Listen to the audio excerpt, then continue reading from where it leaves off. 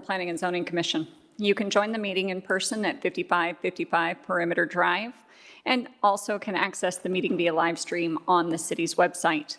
We welcome public participation, including public comments on cases, and have received quite a bit this evening. At this time, if you would join me for the Pledge of Allegiance.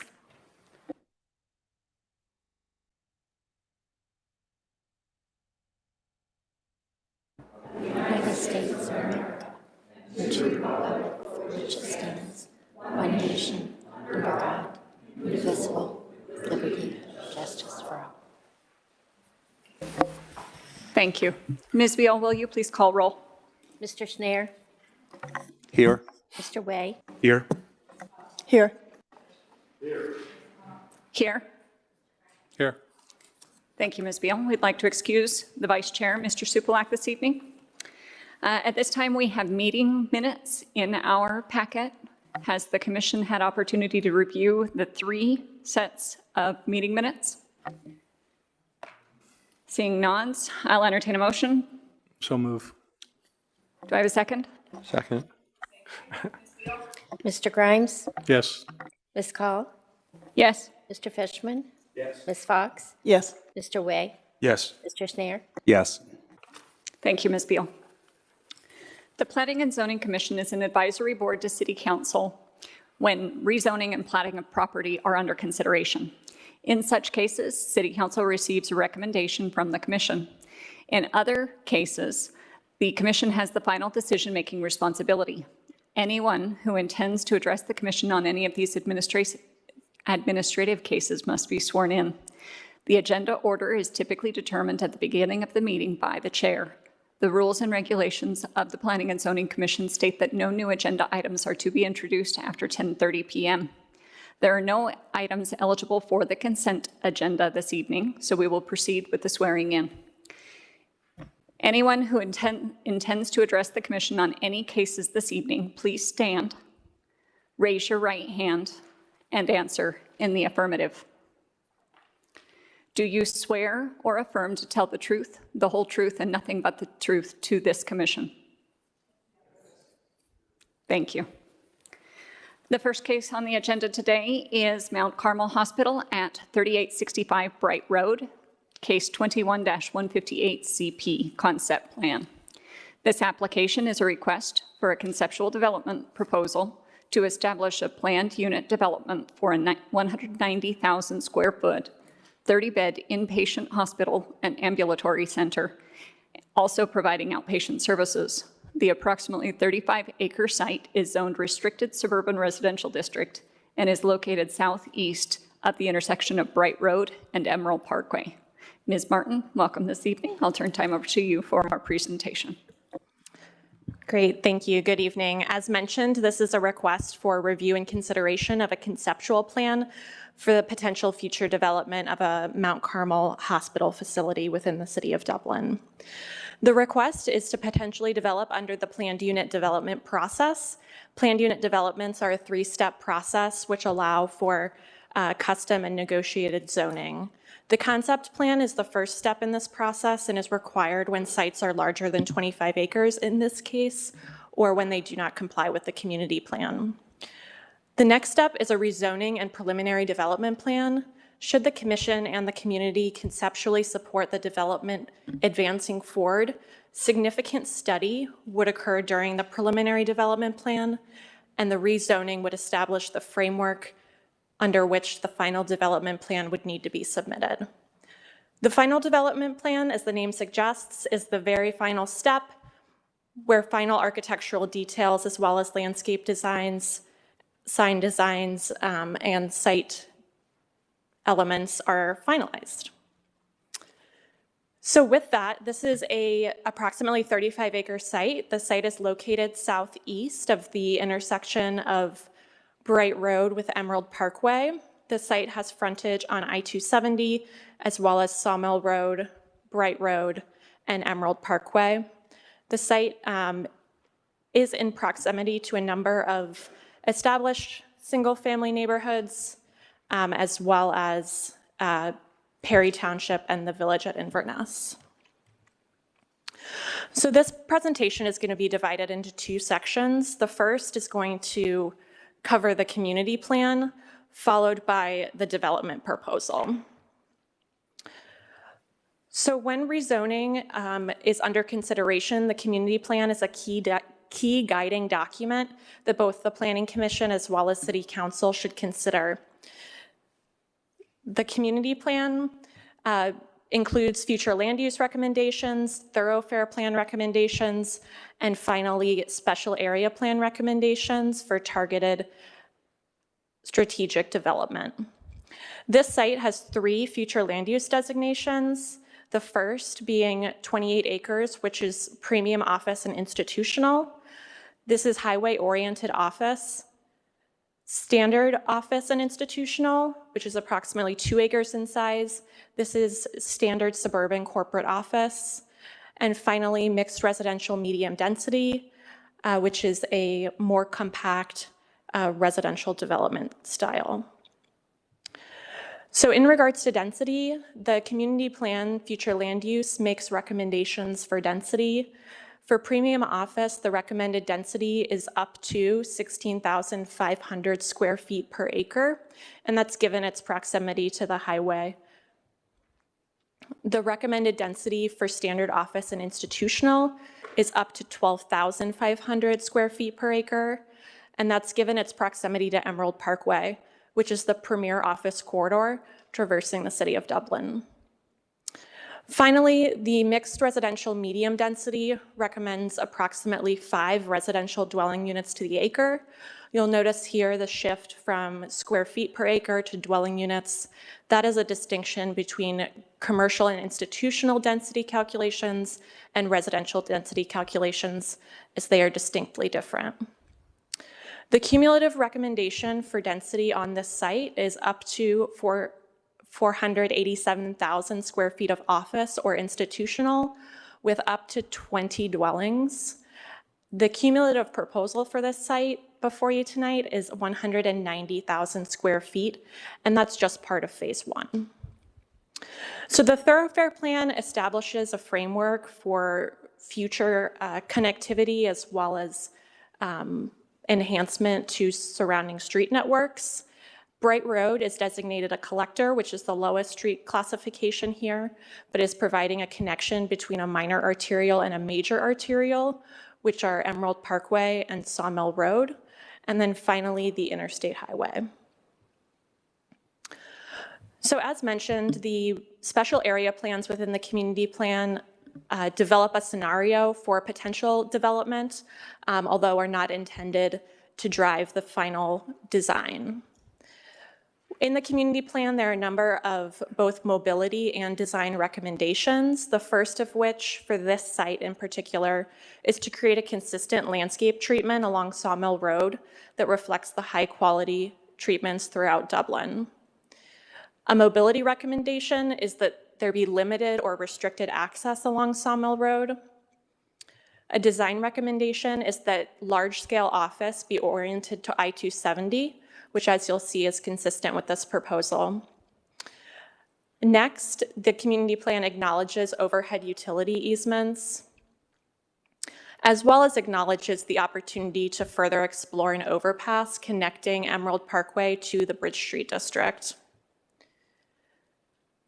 Finally, along Emerald Parkway, the community plan recommends 2-story corporate offices as well as supporting services. And finally, from a mobility perspective, it contemplates future improvements to Bright Road, specifically widening. So as some of you may recall, Emerald Parkway Phase 8 opened to the city in December of 2014. Emerald Parkway Phase 8 was the key element in Emerald Parkway, connecting Tuttle Crossing Boulevard all the way to Sawmill Road. Emerald Parkway is a premier office corridor with landscape medians, lush vegetation, as well as dedicated bike and pedestrian facilities. The key goal of Emerald Parkway was to strategically advance the community plan in order to open up accessibility to 115 acres of developable land with the potential for income-producing development, specifically office. Additionally, the community plan notes that the intent is to preserve the character of Emerald Parkway long-term as it's representative of the high-quality Class A office space we have within the city of Dublin. With that, I'll turn it over to Tina Waskowitz, civil engineer with our mobility division, to discuss regional traffic studies as well as further traffic study for private development. Thanks, Nikki, and good evening. We just wanted to give you a little bit of background about studies that have been going on in the region from the transportation standpoint, and also just kind of step through the process for the two cases on the agenda tonight. So the first study that we have done in this area recently was completed in 2019, where the city of Dublin led a study with coordination with the city of Columbus to review the corridor of Sawmill Road. And we all know that that was quite a challenge to take on. So that study reviewed some alternatives and actually found that adding capacity just through travel lanes on Sawmill Road itself doesn't solve the problem. It actually draws more traffic to that area, which increases the delay and makes it harder for pedestrians and bikes to get across the corridor. So what the recommendation was that came out of that study was a few spot improvements, and then also looking at the crossing that Nikki had mentioned across I-270, which would connect the neighborhood of Bright Road to the Bridge Street district. So that is something that we're taking a closer look at right now. That study is underway, looking at some different alignments and how those neighborhoods would connect and what those intersections might look like and what the bridge might look like. So stepping through the traffic impact study process for the sites on tonight's agenda, we're at the concept plan level on both cases. So we're really just focusing tonight on the internal site circulation. Want to think about that from all modes, so bike, ped, and vehicular circulation. Whenever we have a rezoning, which both of these cases would go to in their next step if they proceed, we require a more detailed traffic impact study. So the first step of that is to actually scope the study. We refer to that as the MOU, to define the framework for what needs to happen in that traffic impact study. And then obviously the applicant would provide that study that would review the existing and anticipated roadway conditions with and without that site, and determine the mitigation strategies needed to offset their site by providing improvements to the roadway network. And then those recommendations get formalized in some sort of an agreement, typically an infrastructure agreement, which defines the roles and responsibilities of the applicant and the city to make those improvements to the roadway network. And I'll hand it back to Nikki. Great, thank you, Tina. So with that, we'll transition into the development proposal section of this presentation. In a bit more detail, the site is highlighted in yellow on your screen. You can see the surrounding development as well as the proximity to case 2 on the agenda this evening. The existing site is presently undeveloped and largely flat to the south, with tree stands to the north and a gravel area located immediately to the west of the Perry Township offices. An overhead utility easement 50 feet in width does traverse the site. These were recently improved to be monopoles instead of lattice towers. So a few photos of the existing conditions, both from Sawmill Road and Emerald Parkway.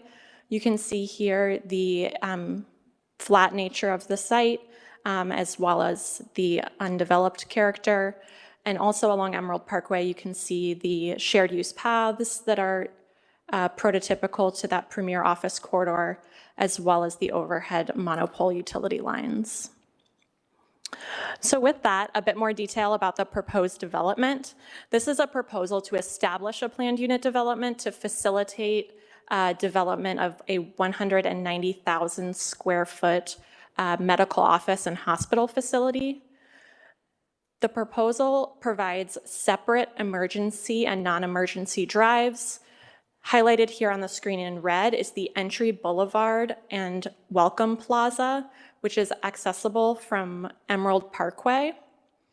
Additionally, there is a north-south connection that is provided for visitor and patient use as well as staff. And finally, there is an emergency and authorized vehicle only access being provided from Emerald Parkway to Sawmill Road. The inpatient care facility, which will contain 30 beds, is highlighted on the screen in purple. This is sited adjacent to I-270, which is consistent with the character intended in the community plan.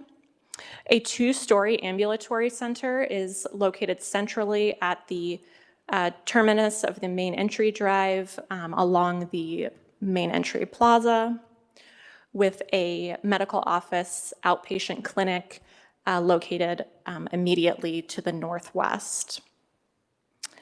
Finally, a healing garden is nested into the site between the clinic, ambulatory, and welcome plaza. The site includes both staff and visitor parking. Staff parking is located to the rear of the building operationally, but is sited along Sawmill Road. You'll see a significant setback with the opportunity for future mounding and landscaping along Sawmill Road, consistent with the community plan. Visitor parking is located forward of the building operationally along Emerald Parkway. The site includes the parking counts shown on the screen. Finally, back of house areas are located along the restricted access drive. These include the ambulatory drop-off, the service area, as well as the helispot. The applicant has included proposed massing for this development, both detail as well as overview massing. This is the view from Emerald Parkway on number 1 as you enter from the Boulevard access drive toward the entry plaza. And then number 2 is a view of the inpatient hospital as you look toward I-270 in the rear. Here we have a southwest view. This is from the perspective of Sawmill Road, which would be southeast. This is a southeast view of the service area, as well as a portion of the staff parking lot. And then finally, you have a view traveling eastbound on I-270, and you can see the mass and scale of the proposed inpatient 30-bed facility there. So the applicant has provided a number of conceptual inspiration images for a variety of elements that are anticipated to be incorporated into the preliminary development plan, whether those be as zoning requirements or simply as framework items to be further detailed during the final development plan. Depicted on the screen here are concepts that could be employed in the main entry courtyard and plaza. Additionally, the applicant has contemplated emergency entrance designs, ensuring a distinction between a general arrival and an emergency arrival. Also recognizing that healing gardens and open spaces are critical to the community as well as to the values of the user. Concepts are provided here on the screen. Additionally, recognizing that this site does have a prominent location along Interstate I-270, the applicant has selected various precedent imagery, which is intended to mostly depict the materials.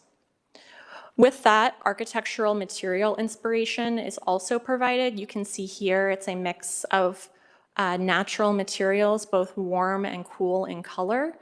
many of which are traditional to Dublin but applied in a modern way. And then finally, the applicant has included landscape inspiration images, which here you'll see stone walls, mounding, pedestrian and bicycle paths, as well as landscape-sensitive signage. So as with every development, it's important not to just consider the development proposal before you in and of itself, but to really take a step back and look at it from the greater regional context. Both cases 1 and 2 on your agenda this evening are proximate to one another. So you'll see here the 35 acres for Mount Carmel, as well as the 40 acres to the north and west for the Bright Road Senior Housing Facility. Additionally, staff has depicted a zone in which future potential I-270 crossings are being contemplated as identified in the community plan. Finally, the staff report has established some discussion questions to guide the discussion this evening, recognizing that this is a very high-level discussion intended to talk primarily about the proposed site plan as well as use. So is the commission supportive of the proposed land use based on the community plan recommendations and the surrounding context, including the proximity to I-270? Does the commission support the conceptual site layout, including buildings, parking, and open space locations? Is the commission supportive of the conceptual building mass and scale provided? And finally, does the commission support the conceptual, architectural, and landscape character? And of course, any other considerations by the commission. With that, the applicant team is in attendance this evening. Otherwise, I'm also available to answer any questions the commission may have. Thank you. Thank you, Ms. Martin.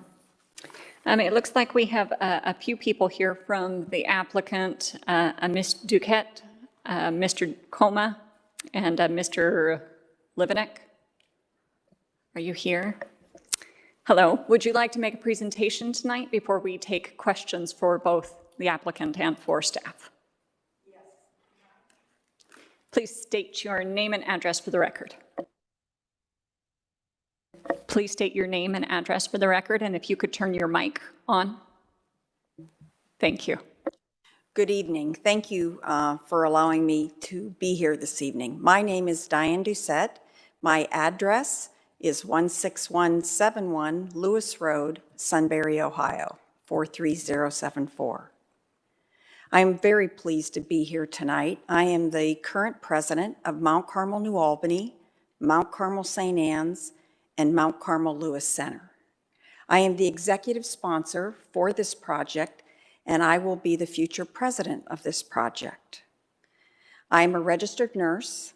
I have had 30 years of experience in the nursing field, and boy, what a last 19 months this has been. Of all the 30 years, I've never seen anything like what we've been through in the last 19 months. But I'll tell you, as a healthcare professional, physicians, nurses, all members of the healthcare team, we have learned so much through this COVID-19 pandemic. And we are taking these learnings and we are going to build them into this new healthcare campus. So we're excited because we've all learned so much. Also, I want to talk to you about Mount Carmel. You know, we strive to be the most trusted partner in healthcare. That is our mission. And we do this through our communities, through compassionate care and a healing presence. And when we looked at an opportunity to build a new healthcare campus, we looked at where are we missing serving the community. And we looked to Dublin. And we are very excited about even the location of this specific project because it is on the eastern side of Dublin. Many other healthcare institutions are on the western side, the fringe of Dublin. So this will bring healthcare close to the community of the eastern side of Dublin, and we're excited about that. And we want to be good partners. We want to bring health and wellness to the community because it really is our mission to serve those that are surrounding our communities. And at this time, I'd like to introduce Jason Cuomo to tell you a little bit more about our project, if I may. Thank you, Ms. Doucette. Thanks, Diane. Jason Coma, 7587 Tullymore Drive, Dublin, Ohio. It was a very short commute to get here, so I'm appreciative of that. Thank you. And that's really where I'd like to begin my remarks tonight. I've had the opportunity to work at Mount Carmel for a little more than 9 years, and my experience is on a lot of projects throughout our community in Central Ohio. But none are really more important than this one. This is where my wife and I chose to raise our family. We have 2 wonderful little boys, twin 4-year-olds. Please take as long as you want tonight so they go to bed before I get home. That would be awesome. I've mentioned that earlier in other meetings, and I will continue to mention that. So I apologize. You know, I think it's a special community, and that's why this project is so special to me. And our ability to provide care to folks close to home. And also, as I noted, this is where my family will go for care. And then second, as Diane noted, the COVID-19 pandemic has allowed us to think about healthcare differently, to think about healthcare of the future. And this is probably, I know I'm officially on the record, so I want to be careful here, the only healthcare facility that I know of, certainly in Central Ohio, from start to finish has been planned with the lessons learned from the COVID-19 pandemic. So we're taking those lessons into this facility. I think as you saw from the presentation and the concept plan provided, there's a lot of potential exciting elements that can work into this project that will be beneficial, not just the care we're going to provide, but the placement of the facility really has the opportunity to potentially serve as an eastern gateway into Dublin. And we're incorporating that in some of our conversations. I know some pictures were up there and we're really early in the process on design, but what I would tell you is we want to work with all stakeholders throughout that process and note that, not to call out friends across town, we don't have a special kind of brick we use for every building. Admittedly, our football team's not so good, so we'll call it even, right? But in this case, we want to work with everybody. And every single one of our facilities tries to match the character of the community that we're in. And that's part of the process that we want to bring to this development. And it's really that goal to be a good neighbor. One of the questions that I would answer in advance that on occasionally does come up about being a good neighbor. This facility will have emergency services, as you saw from the picture. From a neighbor standpoint, it's not often known that sirens are turned off when they come into the facility. Whenever you see an EMS partner driving with sirens on, they're usually in the midst of getting someone, and they turn sirens off as a general rule when they come into a facility just for the noise. I wanted to get out and make sure the commission would be aware of that. But it's that last part that I would sort of end my comments and open up for questions from those in attendance or the commission. It's about being a good neighbor. We've already had the opportunity to meet with the East Dublin Civic Association. What I hope will be many conversations with those partners, as well as the leadership of the HOA at the Village of Inverness, to talk about what we feel will be additive to the Dublin community, but also a development where we will work collaboratively with the neighbors and partners in town. So happy to open it up for questions.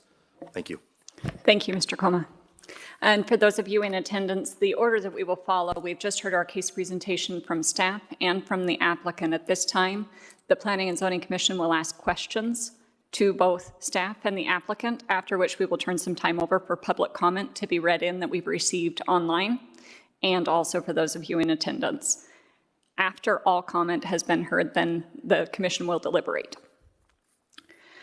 So looking to the commission at this time, may we proceed with questions to both staff and the applicant on this application? Mr. Schneer. Nikki, or staff, the proposed bridge or crossing, presumably that's pedestrian crossing. potentially cross Emerald Parkway? So in regards to the potential future outcome of the I-270 crossing, the anticipation is that, of course, we would be planning for multiple modes of mobility as we advance into this decade. So yes, of course, it would include bicycle and pedestrian facilities. Would anything about this project at a very high level interfere, limit the options for that?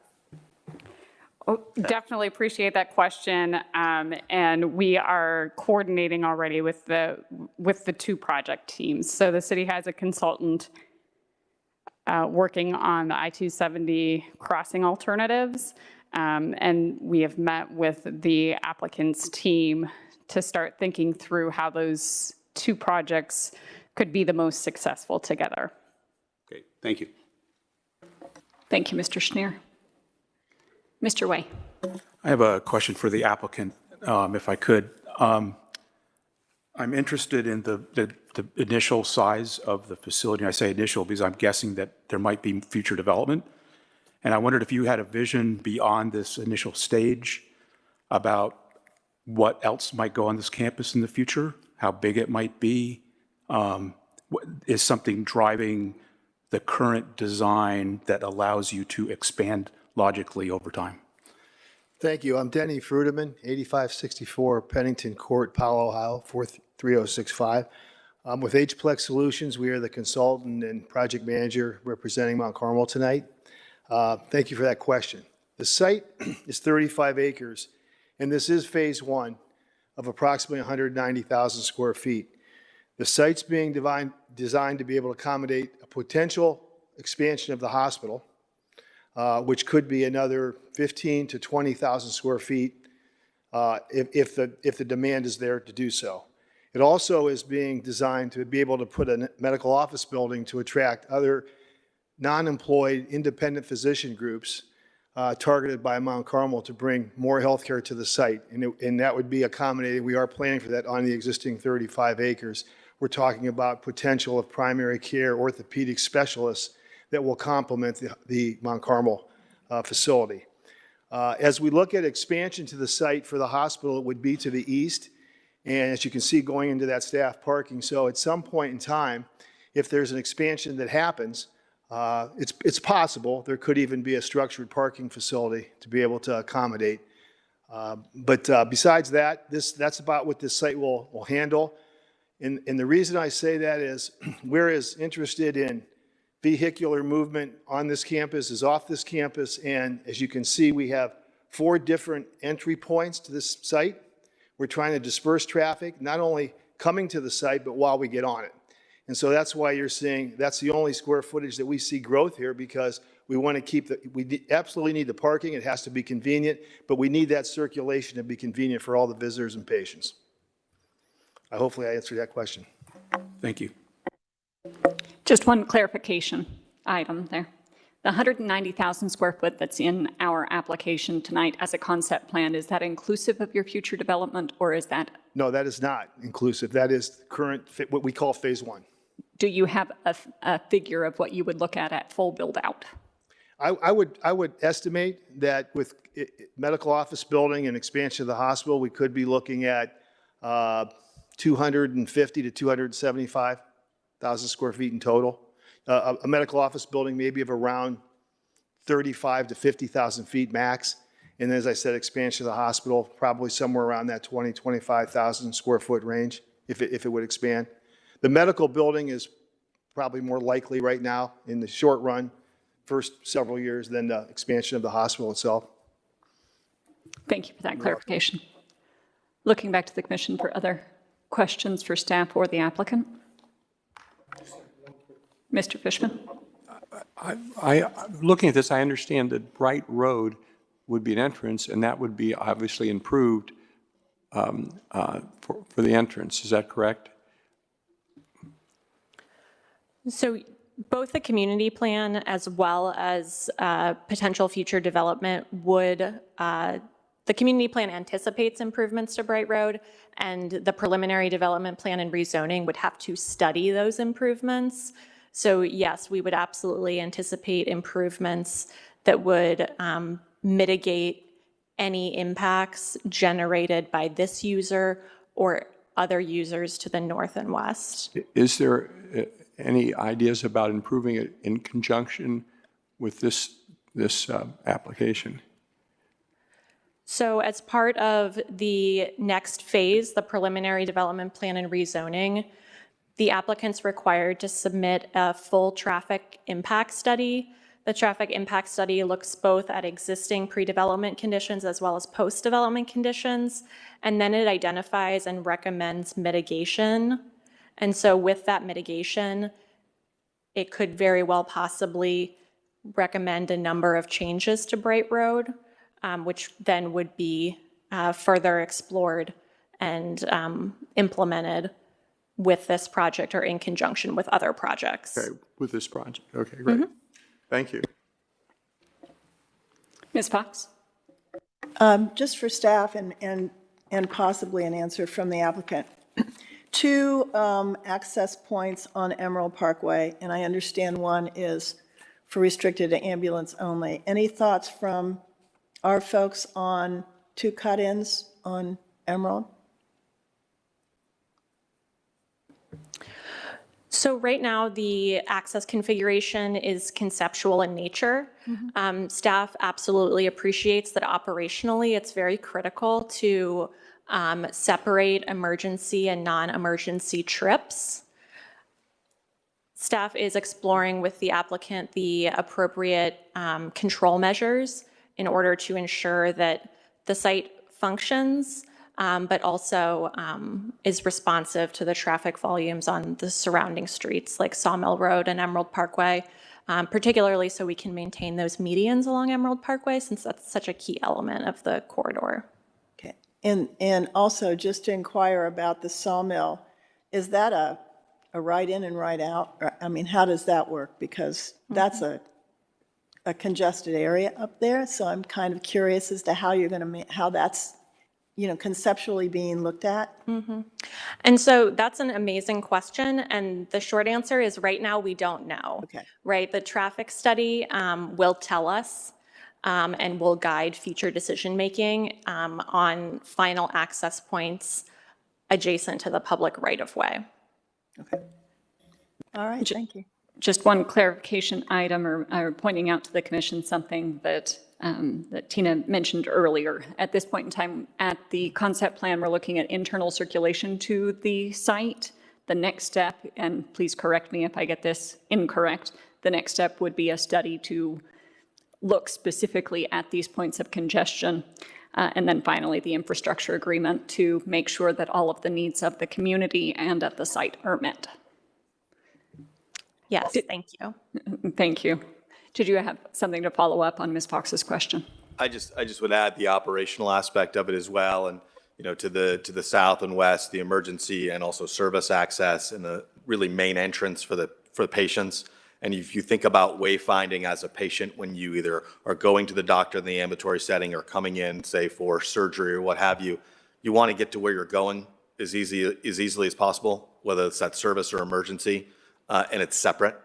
And so it was a purposeful both request and conversation with the city to separate both of those, but obviously aware of the conversation. So thank you. Thank you. Looking back to the commission, any other questions? Leo. I'm very concerned about the traffic in the area too, and not only with this project, but the projects on the table here and beyond. And in the notes, talked about the right-of-way width on Sawmill as well as Bright.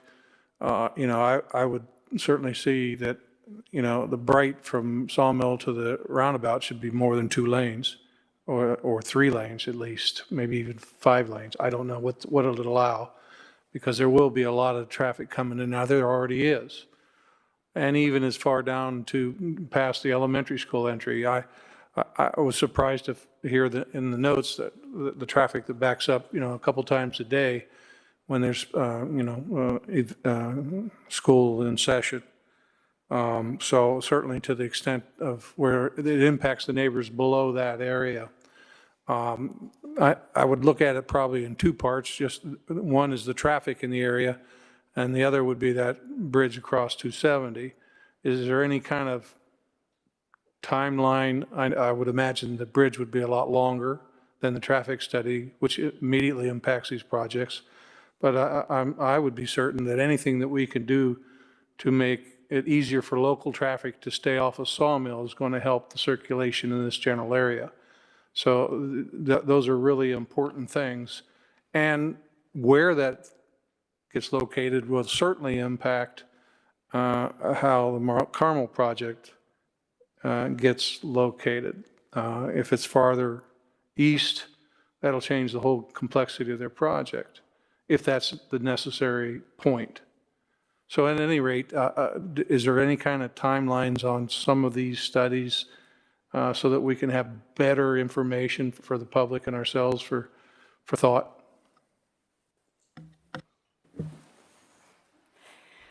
Thanks, yes, and we will obviously continue to coordinate between all of the studies and the applications.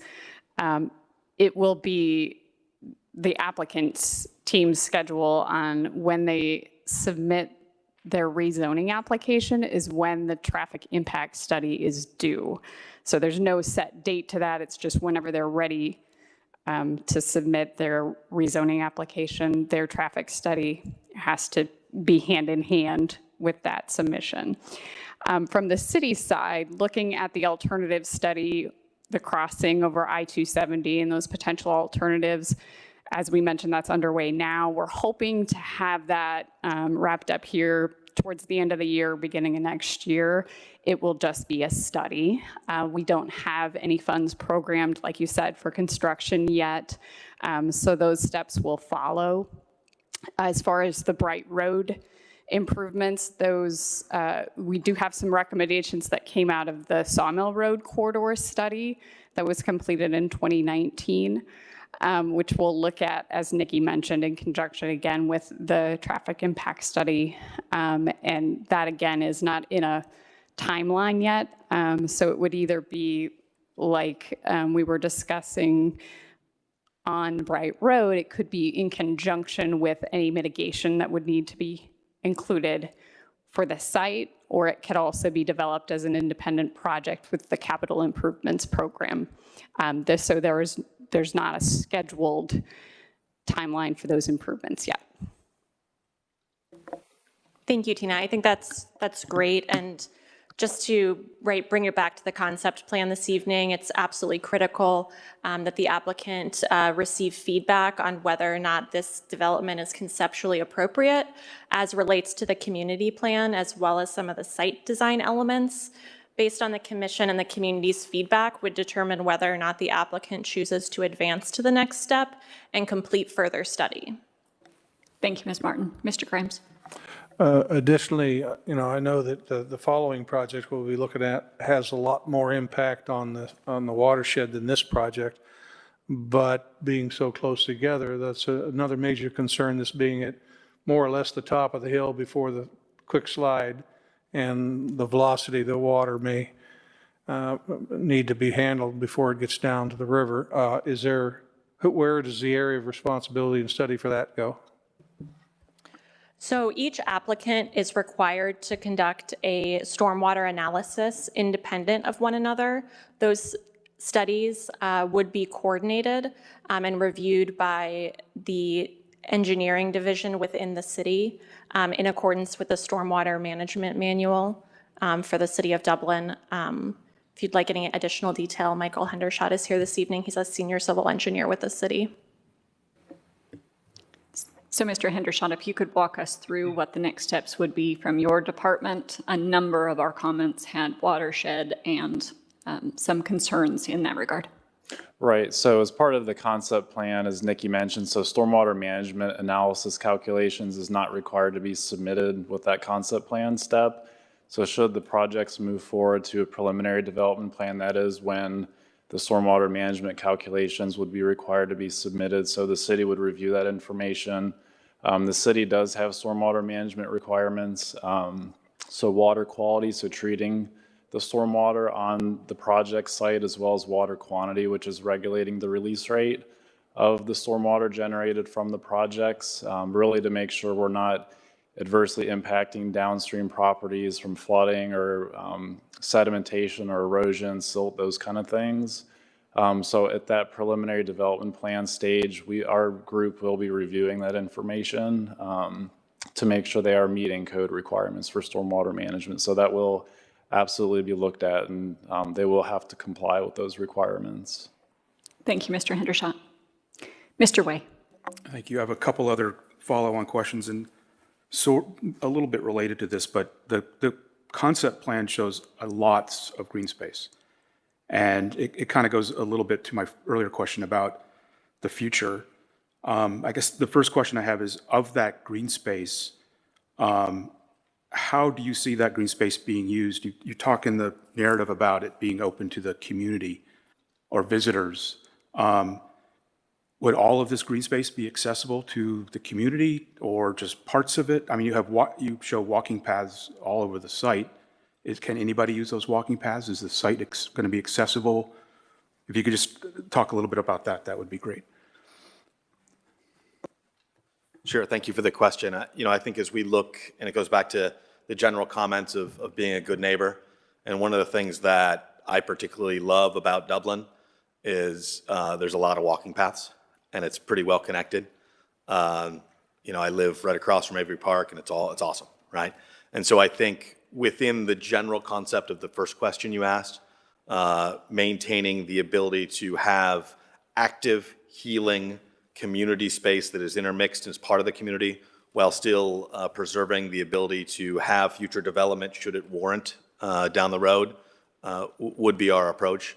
But absolutely having active community space incorporated within the development, not only for patients, but connected within. Really the theme, as I mentioned, is as part of what you see elsewhere in the city, and one of the reasons I think that Dublin's a special community. Do you see any dedicated park space within your campus? I think it's probably too early to have that conversation, especially as you try and balance a lot of the different aspects of potential future development versus keeping the overall greener amenities of the healing and serene presence. I think one of the things that we've learned in healthcare, and that's in part why the healing garden is there, when folks come see us, it's generally not their best day. So having a campus that is a little bit more appealing, providing honestly a little bit of a buffer too from some of the neighbors to our north as well with that green space was also purposeful here as well. But I think the connectivity is certainly something that we're excited about exploring. And can I just, again, expanding on that. So we talked about the emergency drive being controlled, but the emergency drive connects all the way through to staff parking. There's a link over to the road that goes up to Bright Road. So if parts of this are controlled, which parts of the roadway system is controlled that not everybody can drive on it? I mean, will there be gates, I guess, to keep people out, or? So I think I would take a step back and talk about the word controlled. The design, and specifically for, again, to the south and the west, and the emergency and service drive, purposeful signage to direct. And that's something that you see. And again, I go back through the patient experience of other campuses that we have, and I'm sure, one thing that links us all is we've been to a doctor before, right? The wayfinding helps that as well. So that is initial conversations, but then still ongoing discussions with the city as part of the process. That was the nature of my question. If there's gates, it tends to keep people out versus inviting people in. So you're going to control it by signage is what I'm hearing versus gates, most likely.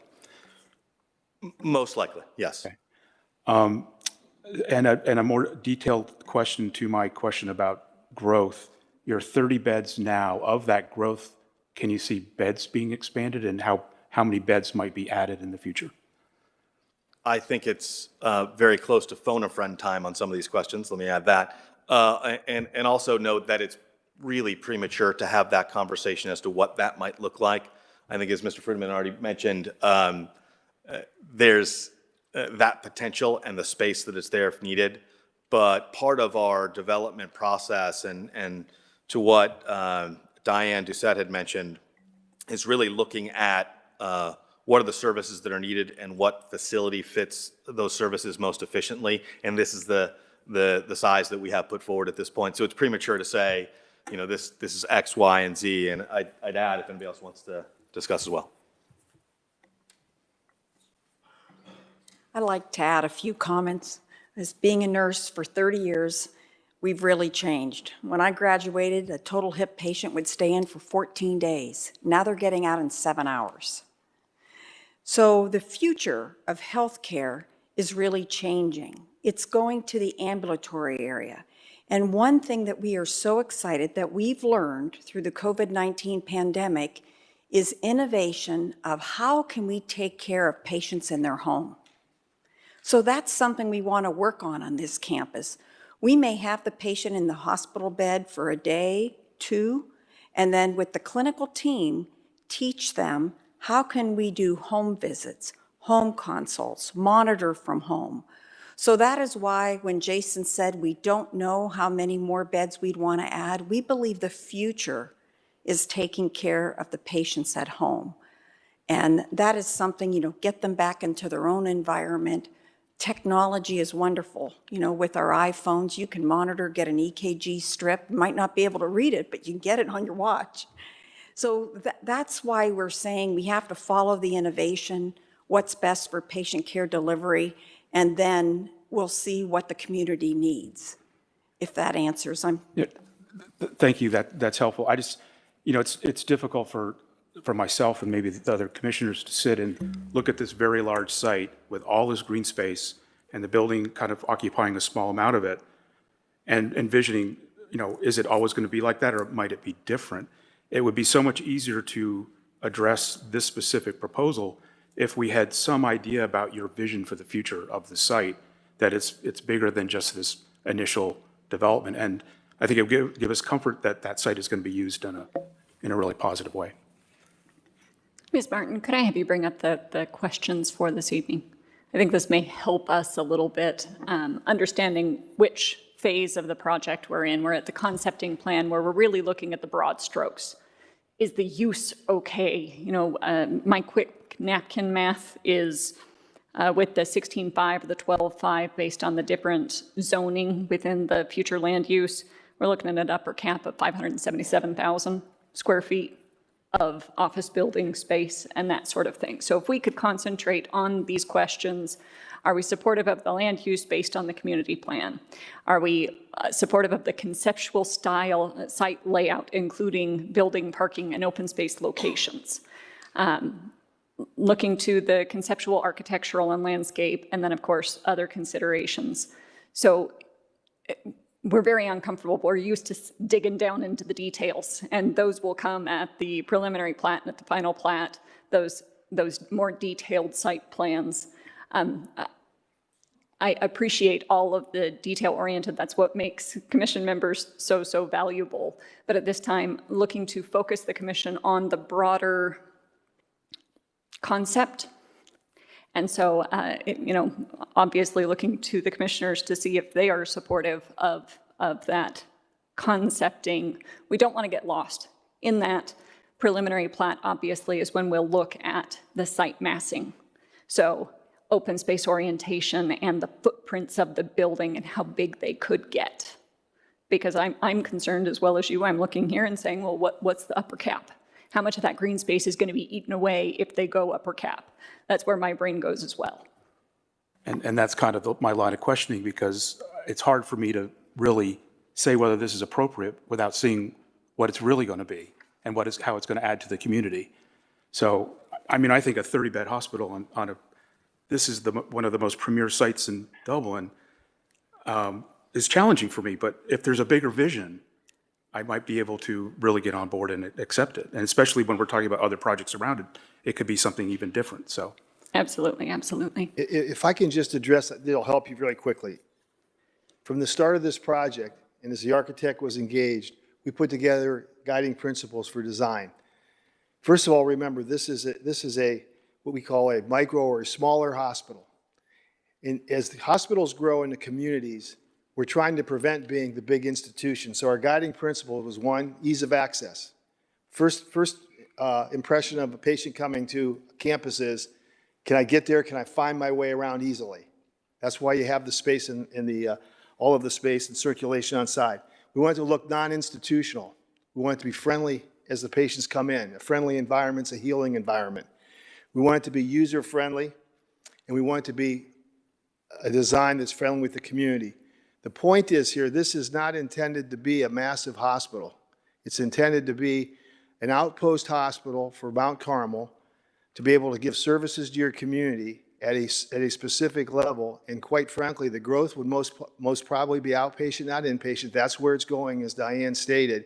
And I can tell you that as we are looking at the site, the square footage I gave you and the ideas of future expansion is what we're thinking. We're not thinking doubling the size of this hospital. That's not what this is meant to be. This is meant to serve a specific community in Dublin. It's not meant to serve all of north side of, central Ohio. Again, I thank you for that clarification. In my mind, I'm thinking of, is this a health and wellness campus? It's not just about 30 beds, but it's about what else is on the site that's all about health and wellness for the community. So that's what I was trying to get at. Any other questions from the commission at this time?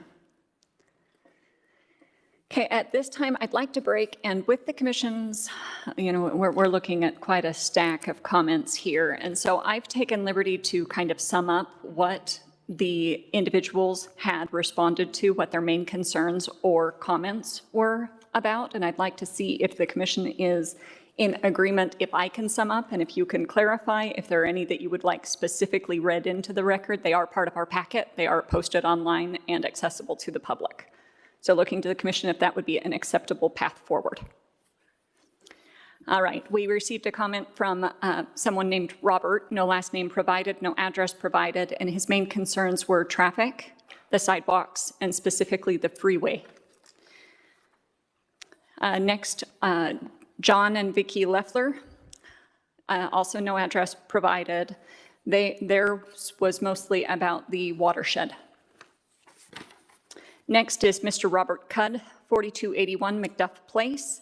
His mainly was traffic, and he talked specifically about both the hospital and the senior living facilities.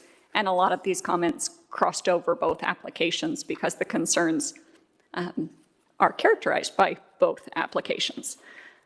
Next one, we have Gerald Kosicki, and his comments were specific about sawmill development and what the traffic looked like there.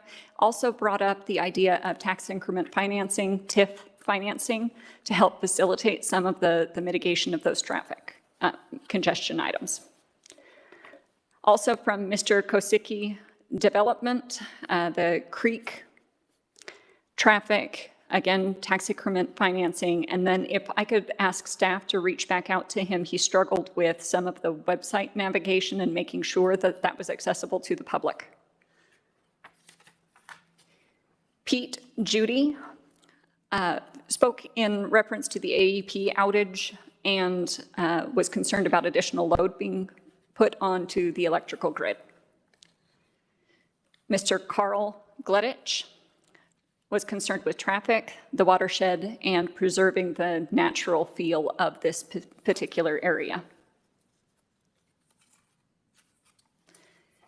Jenny Devantier was concerned about traffic, the lights toward the front of the homes with the orientation of the living facilities, and was also concerned with how tall the garages might be in the residential development. Maureen Rush, located 4143 Macduff Way, traffic, speeding of the current cars in the area, nature, and the wildlife habitat. Mr. Ted Yank, runoff from the pond, so watershed again. Mr. Steve Daly was concerned about the ambulance noise in and out of the medical facility.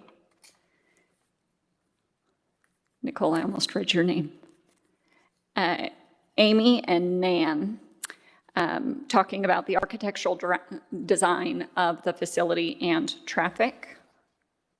Joe Asel, density, and I'm going to kind of read between the lines, and intensity of the use. He was talking specifically about parking, traffic, the impact to both residential, neighborhood, and businesses, and that senior living facility. He touched on also some of the traffic in and out of both the fitness center and called out the Dublin Recreation Center, struggling with the same. I believe that is all that we received. Does anyone else have any that I didn't read in? I went through the whole set. All right, we also had 2 people sign on the rolls here this evening to speak to the commission. And Amy, I know you were there, so. So Amy Cram, yes, found my list. Amy Cram, if you'd like to come up to the podium, please state your name and address for the record. Hello, Amy Cram, 7511 Riverside Drive, Dublin 43016. And I'm here tonight speaking on behalf of the East Dublin Civic Association. Ms. Collier already did the summary of comments, so most of those comments came through. In August, Mount Carmel came and did a presentation at an in-person East Dublin Civic Association meeting we had, so we saw kind of an early concept. I know they talked to some individuals at the meeting, and then more recently, about 2 weeks ago, I was given this updated concept plan, and I did send it out to our entire Civic Association email list, and so those were all comments that had come in the last couple weeks. Just to add a little bit to that, looking in general, the comments are supportive of the use. It goes with the community plan. No one was really in an uproar much about the use itself. Use was good. As far as the site layout, they appreciated the buildings being close to 270. So that portion was good. And this kind of goes to what Mr. Way was saying. Originally, when they came to us in August, they did have the proposed office buildings and where they might be on the concept plans. Those have since been removed. It would be nice to know the worst case scenario that we're going to have when we approve this, you know, like what's that? That would really be nice to see that. Otherwise, you know, in our opinion, we're approving what you're telling us now. That doesn't mean, like, we would not be happy if you come back later with huge changes, I guess, if you did a revised development plan or something. So that, we can't say we're in support of that per se. A couple other comments that didn't get through was issues with potential light pollution from particularly the staff parking, which backs up to Inverness. That's a huge lot. We're not sure how that lot would be lit, but it would have to be lit all the time because the staff, the way the schedules are, and they're going out in the middle of the night and it's dark. So light pollution would be an issue. And in all honesty, I know you're looking at the concept plan today, but internal circulation is all fair and good. You can drive around in circles all day, but you have to leave this site. You have to get onto Bright Road and onto Sawmill Road. And the access onto Sawmill Road isn't guaranteed. They have to work with Perry Township to see if they can even use that. If they can't get access on Sawmill Road, that means pretty much everything is coming on Bright Road. Unless the city's going to allow them to make a cut in the median, everyone's going to come off the freeway. They're going to wait in the very short turn lane they have now that always backs up to turn left onto Bright Road, and it's going to be a traffic nightmare. So really, this plan, I know you're not talking about it now, but a final development plan cannot be improved unless there are improvements to Bright Road. It cannot be a standalone project that the city is going to fix later. We have to figure out how those cars are going to leave the site and how they're going to get there and what kind of signage is going to be on Bright Road. Because that will be the primary entrance. No matter, you can say it all day long, no, they're gonna use Emerald Parkway, but especially if there's no cut in the median, no one's gonna come that route. They're gonna come off the freeway and use Bright Road.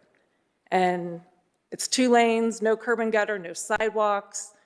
The residents at Inverness back right up to that road. It's gonna be really hard to widen. You have an office building on one side and you have someone's house on the other side of the street. So there's a lot of consideration that needs to I guess, be handled before this can be final. So again, at the concept plan, sure, the circulation and the fight side, but as a concept, we don't want the exit onto Bright Road if you're not going to fix Bright Road. So that changes their entire, if we say eliminate that, that changes their entire circulation on their site. So I think that's the biggest piece, is figuring out the Bright Road piece, and it can't be in a vacuum with just looking at the site. So, thanks. Thank you, Ms. Cram. We also have a Carla Clifton who signed up.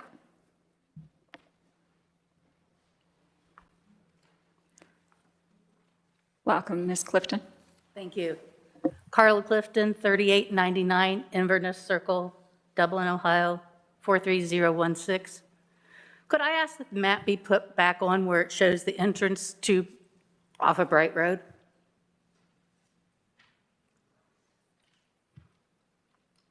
Okay, I live in the village of Inverness.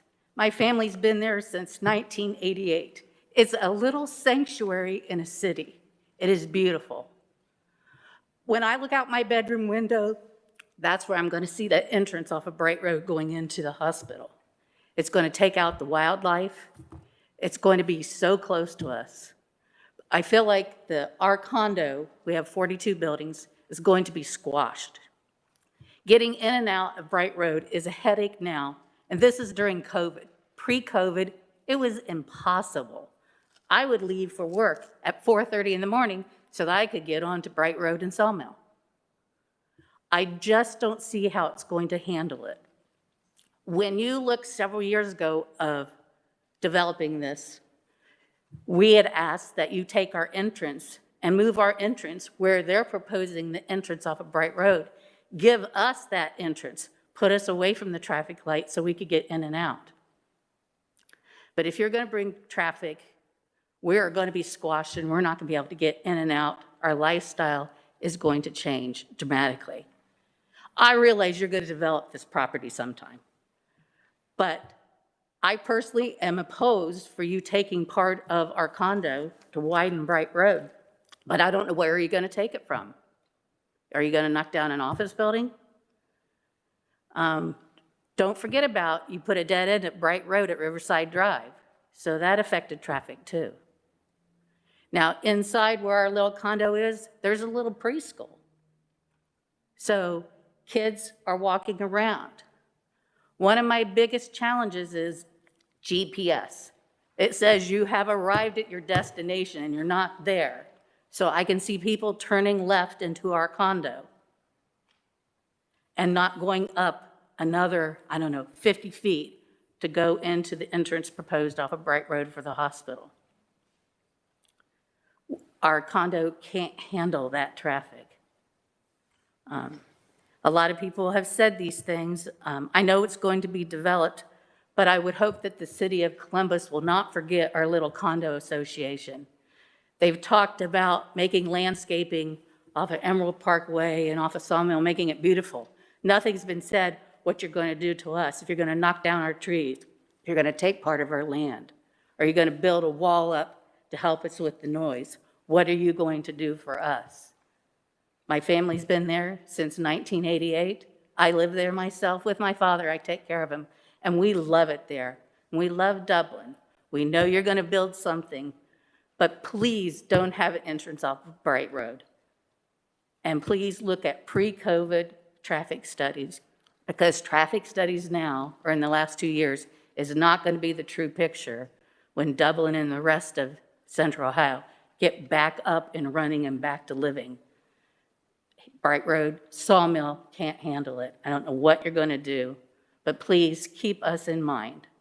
We're a part of your city. Thank you. Thank you, Ms. Clifton. Do we have any others in the public who would like to speak to this application? Seeing none, I will turn time over now. We have one. I invite you to come up to the podium and state your name and address for the record. Hi, my name is Marcy. I'm 4150 Bright Road. My biggest concern is the nature and the wildlife and the pollution. So we live literally, our back of our house is where the waterway comes from. So we're already picking up trash from just Emerald Parkway daily, as is.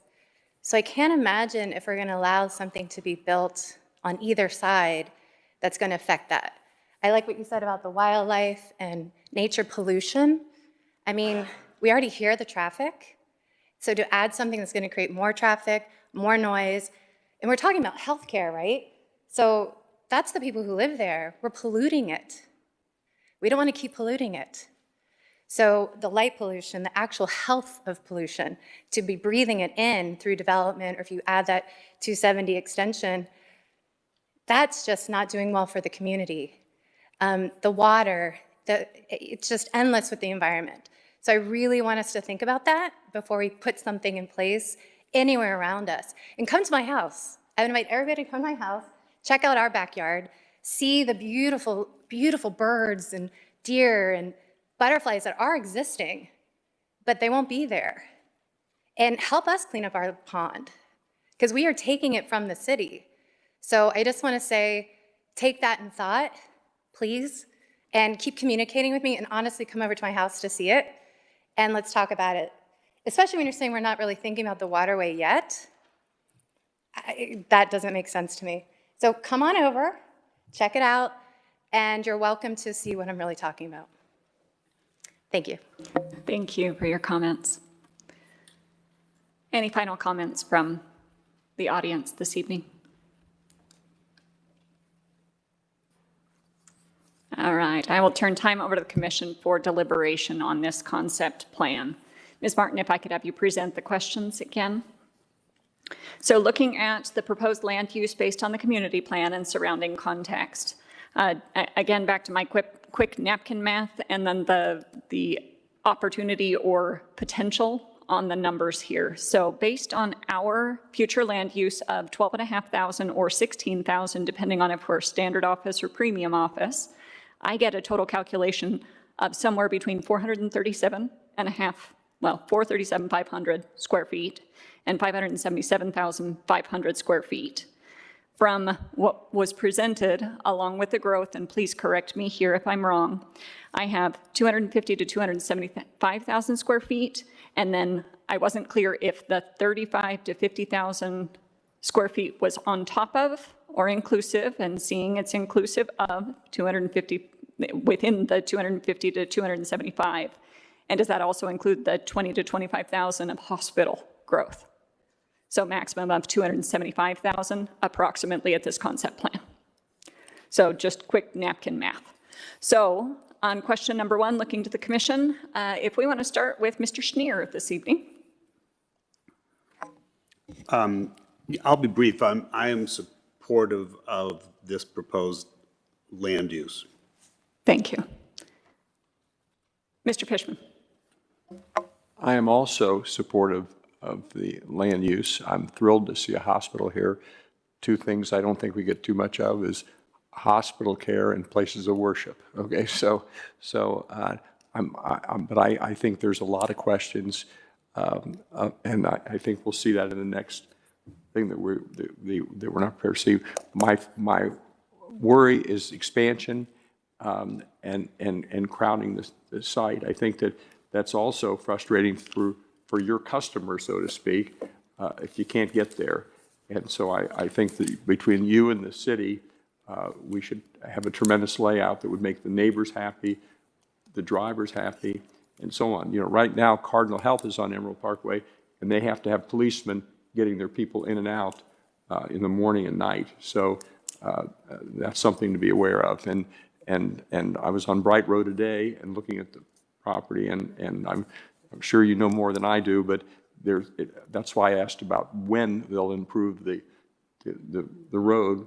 It almost has to be conjunction with the construction of the hospital, because and how that gets done, that's a big question. But long story short, I'm thrilled with the concept, providing it turns out great. Thank you, Mr. Fishman. Ms. Fox. I'm also supportive of the land use.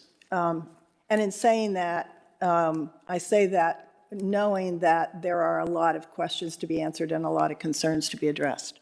So simply on land use, to be able to, for the premier and the hospital use for that land, yes. But the questions that follow have to be a commitment on the part of both the applicant and the city to address the concerns. Otherwise, it won't be successful. Thank you, Ms. Fox. You said it so much better. Mr. Grimes. I'm in support. Mr. Way.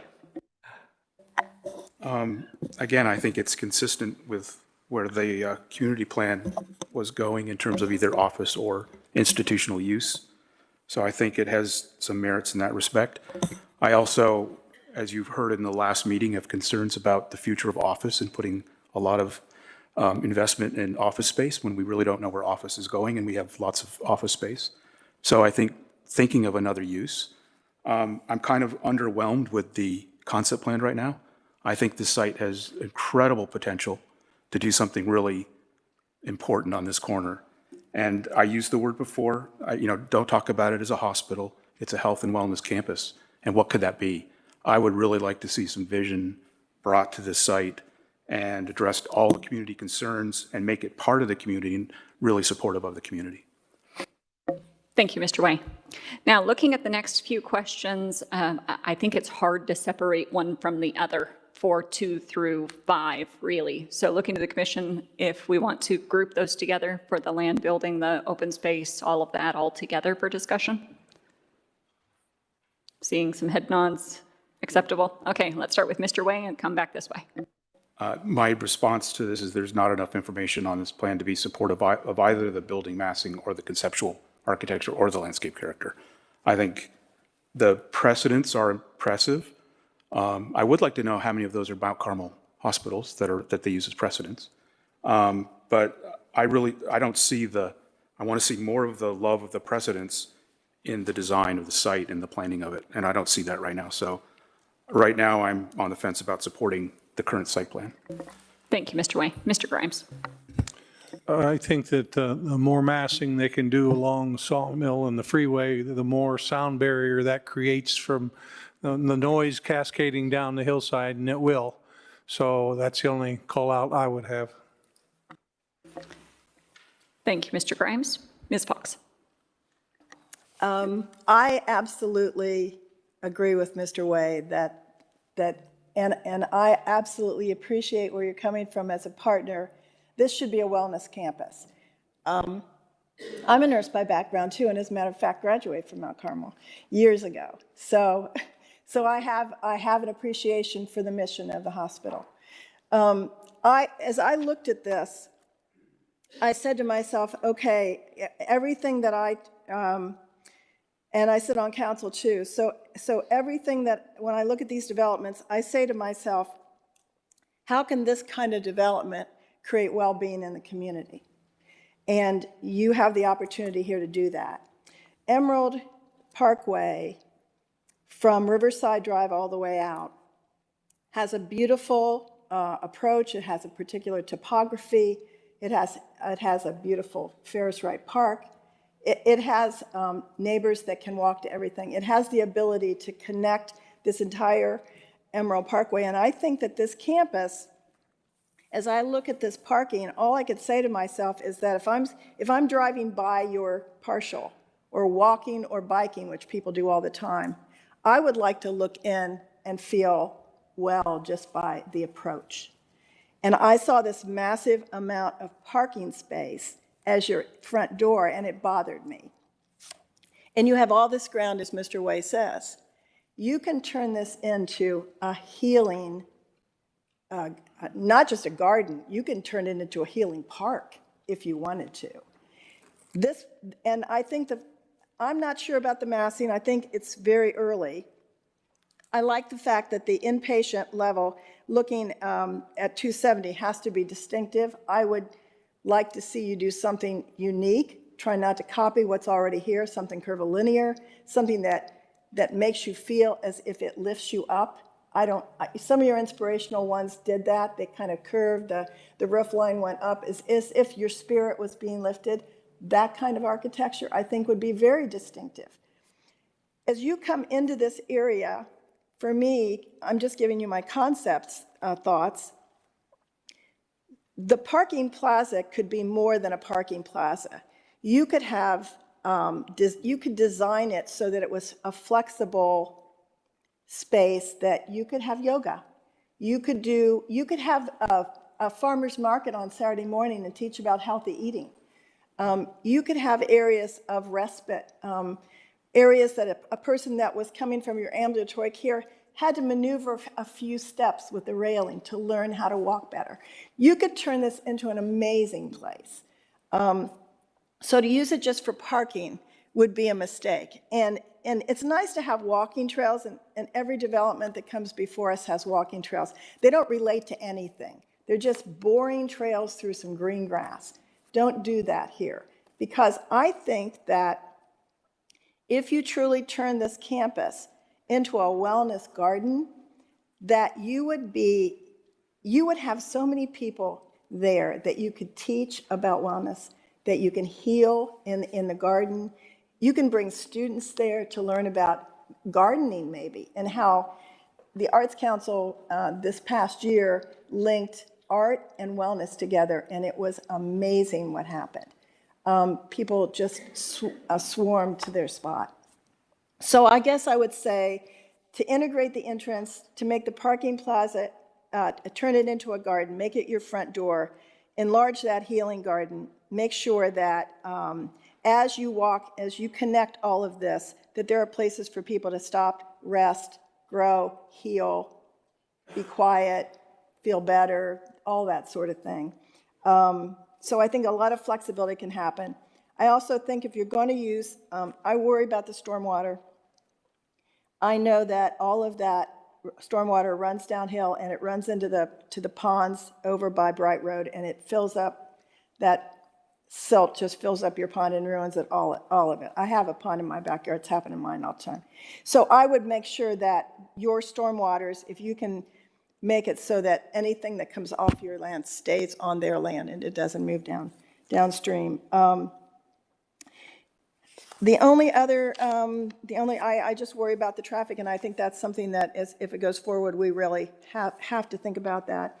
And as for anything that abuts residential, I think you absolutely have to have strong buffers, that no light pollution comes through, and that we make sure that we do not disturb your adjacent neighbors. So thank you, that's all. Thank you, Ms. Fox. Mr. Fishman. My colleagues have said it well. Probably everything I thought, probably would say it better than I can say it. I think I'd like to emphasize, though, that this is a really important zoning, and you can hear from us that we're going to be looking at it very closely. And I think you can do something spectacular in that location and different. I would steal this from Ms. Fox. In a previous zoning, she talked about parking lots where instead of just putting rows of trees and rows of trees and blacktop, we clumped trees and did something exciting and different in those parking lots, because this is going to be a very visible parking lot. And I think that there's ways to do that. Instead of having a traditional parking lot, having big islands in those parking lots, and the same amount of trees maybe, but much more creative. But I think that the whole project has to be creative. The east side of the river has the perception that they get the shaft on a lot of development, and to a certain extent that's probably a true perception. So I think this is a chance to make something spectacular that when people go for help at Mount Carmel, they go, wow, this is really cool. And it was easy to get here, and I love being here. And that's what you seem to be saying. And so you've really got a challenge, I think, on that corner. And I think that we're going to be looking at this really carefully and thinking of the residents and that all-important corner. So thank you. Thank you, Mr. Fishman. Mr. Schneer. I indicated that I was supportive of the use. I'm trying to find something in the concept that I am supportive of other than the use. It's like, it is very underwhelming. I don't think that there's, trying to think about another parcel in the city that has the prominence from, and we're talking Emerald Parkway, 270, and let's not forget Sawmill, where everybody has to go every day, whether they want to or not. So whatever is there, it just needs to just speak to the whole community. So how you take that Venn diagram of the community's needs and your needs and where that intersection is frankly is your challenge. But I would think it would be a challenge that you would want, because you have this, I mean, we're not giving you the land, we're giving you the opportunity to make something on this, on this property. And it just needs to be that spectacular. There's, the elephant in the room is something that nobody wants to talk about, but everybody talked about it. I mean, Bright Road,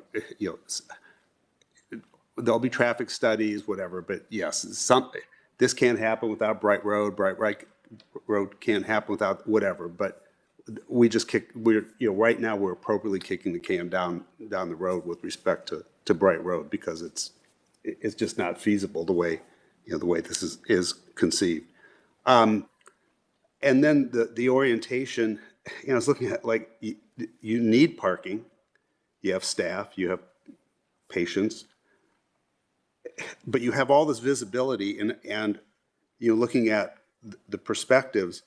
From Sawmill you see parking, from 270 you see parking, and from Emerald Parkway you see parking, and then the buildings behind there. It's like, and boy, that's the last thing we need, is to just see more parking from these vantage points. I don't know how you get around that. Maybe it is parking structures that they bring their own issues, but I think we're often always in agreement, just coming at it from different directions. But this one, we just have high expectations, and I think they're well served. Thank you, Mr. Schneer. I'll tie us out this evening. One of the things that impressed me most is hearing the community members saying there had already been neighborhood outreach. So want to applaud the applicant and encourage you to continue that dialogue, both with neighborhoods and with staff as we come further along in this process. I also want to reiterate something that you had said about your mission when you're looking at an opportunity like this, and your number one was ease of access. You heard public comment tonight, staff, and an overwhelming voice from the commission that we're concerned about the traffic, we're concerned about the impact to the neighborhoods, we're concerned about making sure that users can get in and out of your facility, but we're very appreciative to hear that's your number one. So I think we're aligned there, and I think that we're making progress. The non-institutional user-friendly goals that you have kind of aligned to the massing, the operation. You heard Ms. Fox talk about some of the opportunity within the facility. You heard Mr. Way talk about orientation massing, and then Mr. Schneer echo that, of course, with sprinklings in between from everyone else. This is a very prominent place. I think that you hear general support from the commission as far as the concept. It's a good use. It's a nice addition to the community. But for concept plan, we are concerned at what we're seeing next. And the comment about, take as long as we need to not have to get home to, fighting 4-year-olds getting into bathtub. Well, you've met us before, because we tend to deliberate, we tend to deep dive on those details. So as you come forward again, know that is the personality of this commission. Staff will help you get there, and the outreach to the neighborhood, our sentiments echo their sentiments. And so by working with them and by working with staff, especially on the hot topic items that you heard about, the massing, the building character, definitely the traffic and the transportation, the light pollution, and then the impact to wildlife and that greenery open space. Mr. Fishman did echo one of the items that I had down in my notes, and that is something creative. We've been talking the last few weeks about parking lots. They're necessary evils, but they're ugly. And so is there some other way? Mr. Way, no pun intended, mentioned a few meetings ago some creative styles to help those trees thrive. And a 10-foot park strip it's not conducive to that. And so I think this property is one of the ones that could be stellar. I mean, talk about your architectural digest and cover images. This one, with its notoriety, with its visibility, with its potential, I think the deck is stacked in your favor. So by working with residents and with staff, I think that we can get there together. So thank you for your application. Looking back to the commission then at this point, is there any further discussion? Ms. Call, I just have one clarification to the comment I made earlier. Yes, Mr. Ray. The precedents in their package are very nice. I just don't think they match the plan or the massing that they're presenting. So just wanted to clarify that. Thank you, Mr. Ray. Seeing as this is a concept plan only, there's no vote for this evening, but are there any other clarifications sought by the applicant? Seeing none, we look forward to seeing you again as we get more into the detail-oriented applications. Thank you. All right, case 2, Bright Road Senior Housing at Sawmill and Bright Roads, 19-115 CP Concept Plan.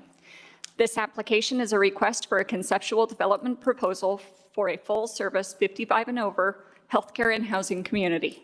The 22-acre site and 18-acre site is comprised of 13 parcels, or a portion thereof, is zoned restricted suburban residential district, planned commerce district, and planned unit development district, Northeast Quad. Mr. Will, it looks like you have our case presentation this evening. Welcome. Yes, thank you. Good evening. This is a concept plan application for the Bright Road Senior Housing Plan Unit Development Proposal. As a reminder, as the concept plan, this is brought to the commission for non-binding feedback. If this proposal is to progress, it will come back to the commission at both the preliminary and final development plan stages. The site highlighted here in yellow is approximately 40 acres and is located to the northwest of the I-270 Sawmill interchange. Zooming in a little closer, the site is comprised of 2 pieces, a 22-acre northeast piece, which includes 12 parcels, and a southwest parcel at 18 acres.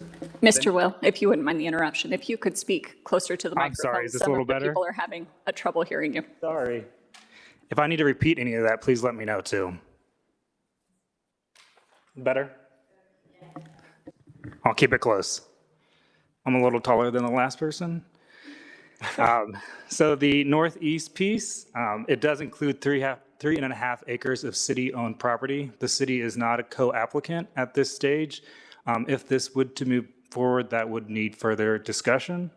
The existing zoning on the northeast section includes the PUD Northeast Quad, which includes about 530 acres of northeast Dublin, as well as a PCD district for 7315 Sawmill Road, and R1 restricted suburban residential.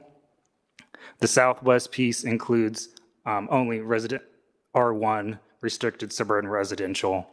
Also worth noting for the northeast, there is quite a bit of topography as the Wright Run and Billingsley Creek ditch, depending on which map you're looking at, bisects that site. There is a narrow floodway there, which runs in the riparian area along the creek. Also noteworthy is the village of Inverse, the nearby office park, residential areas around Bright Road, Lifetime Fitness to the north, and the Hopewell Elementary along Emerald Parkway. So the community plan recommends future land uses for this area.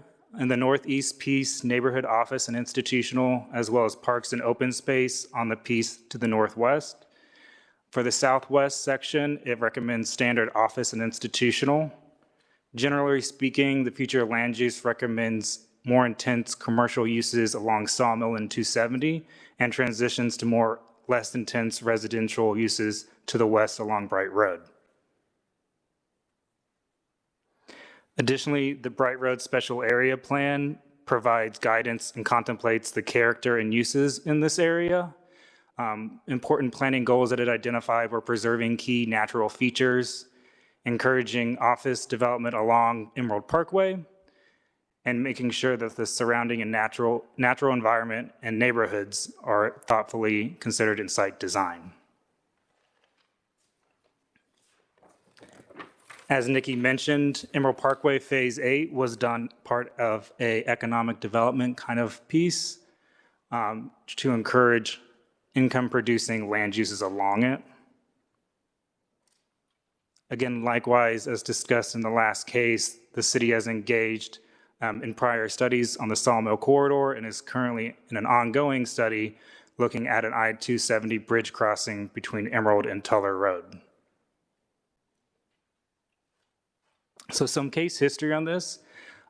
This case was brought to Planning and Zoning back in January of 2020. The commission was generally supportive of the proposed land use of senior housing and healthcare. The commission, as well as the public, had concerns regarding architectural style, building height, density, intensity, and the proximity to single homes.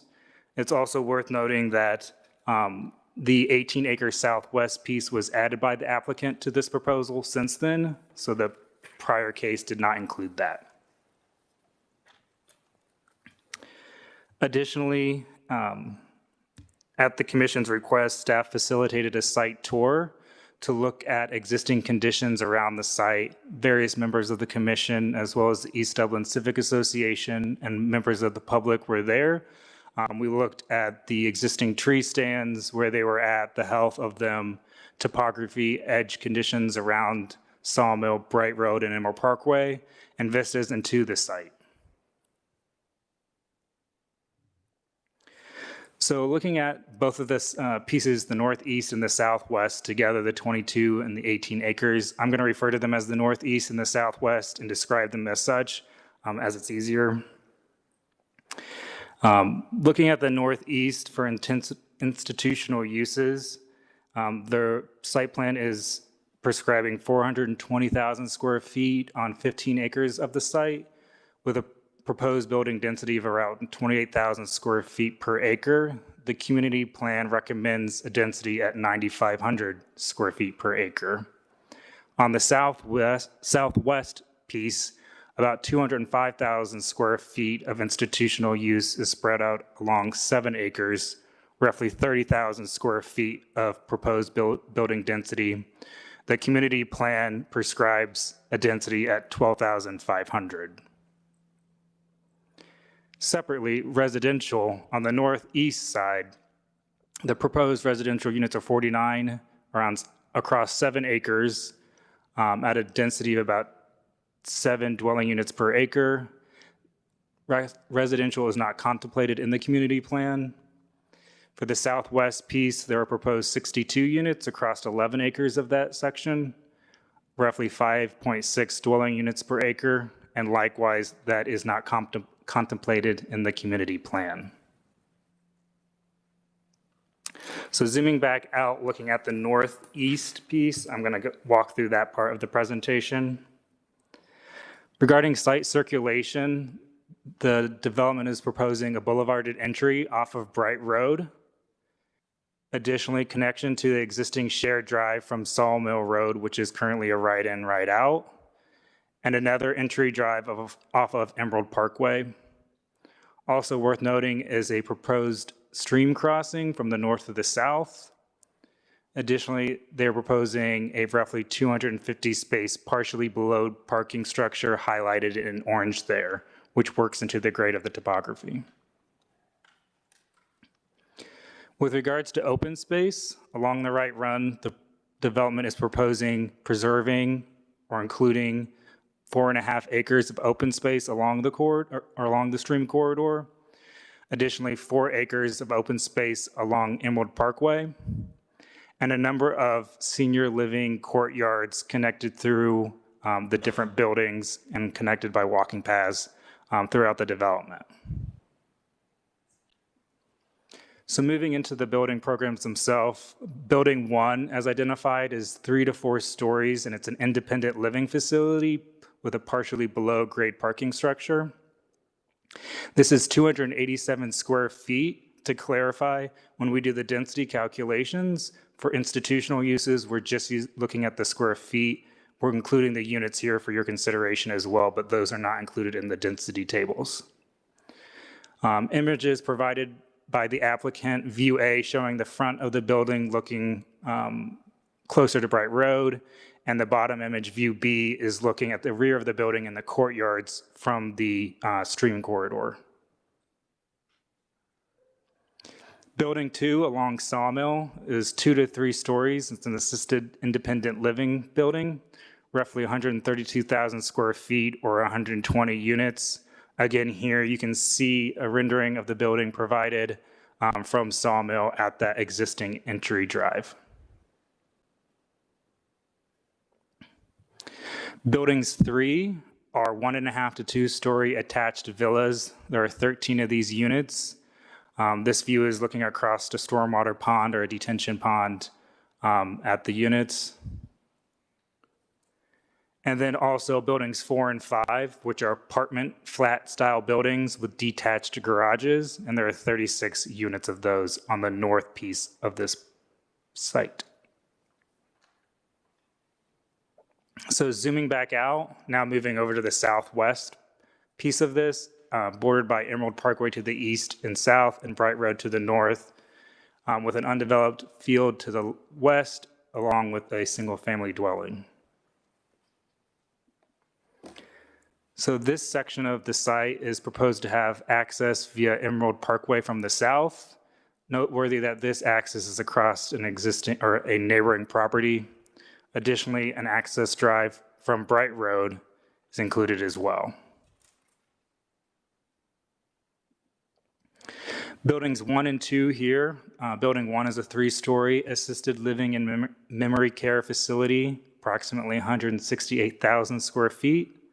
Building 2 is noted as a 3-story facility with the use not prescribed at this point at 36,000 square feet. In the northern 2/3 of this southwest piece are 1.5 to 2-story attached and detached villas, 52 units across 11 acres. Here are some additional precedent images provided by the applicant showing the villas.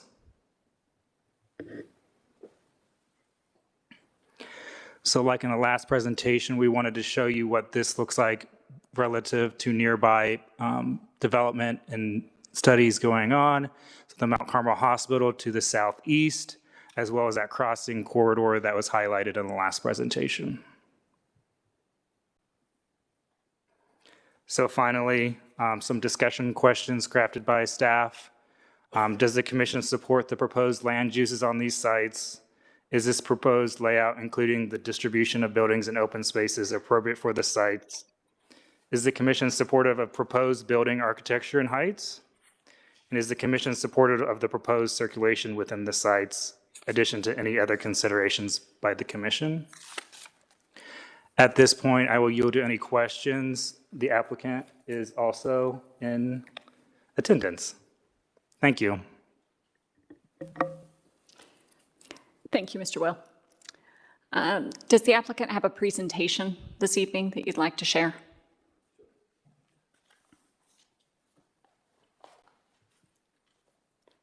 State my name.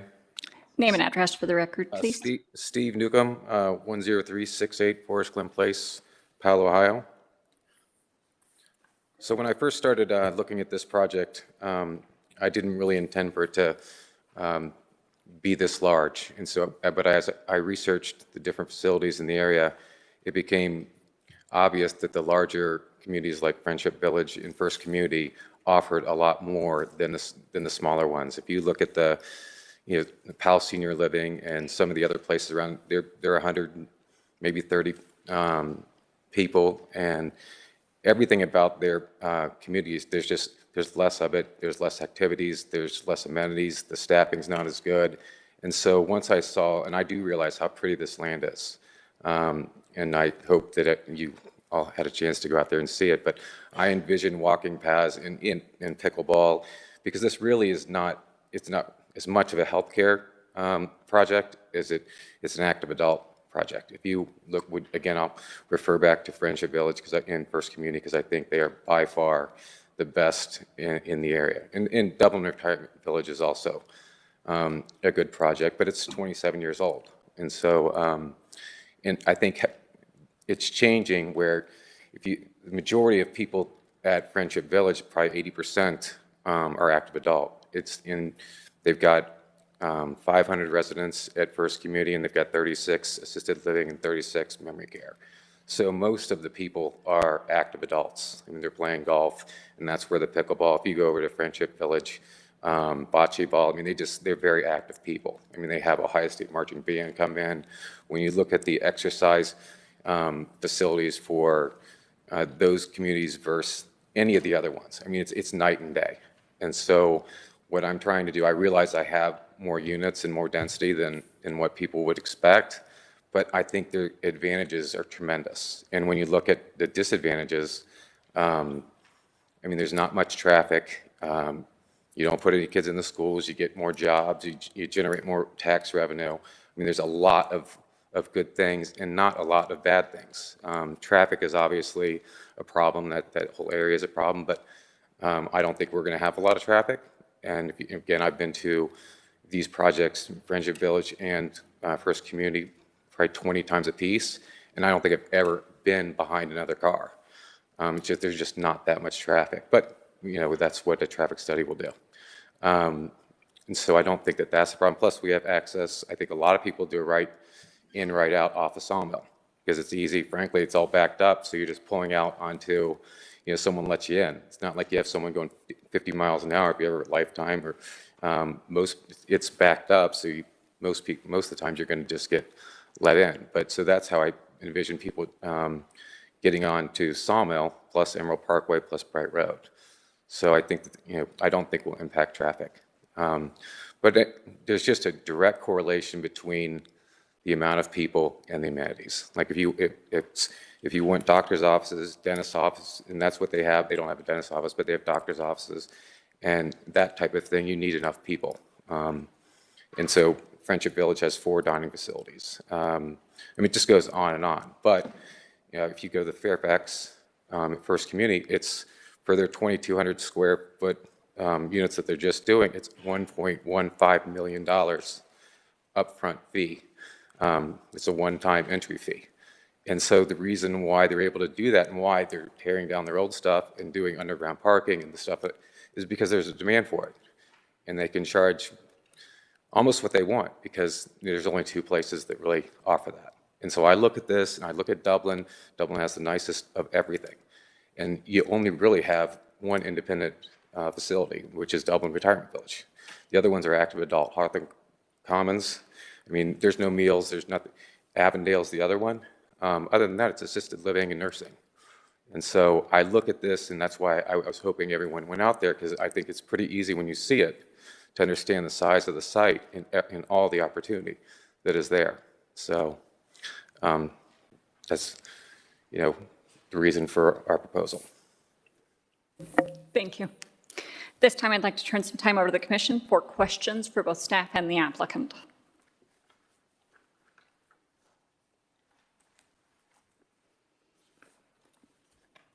Questions? All right. Mr. Wade, do you have any questions? You look like you're... I guess I'm looking for clarification of the city-owned parcel. So when that would, if this would proceed forward, and City Council has been briefed and is aware of this, but they would be the ones that would make the determination about how those acres would be handled. And have to be a co-applicant.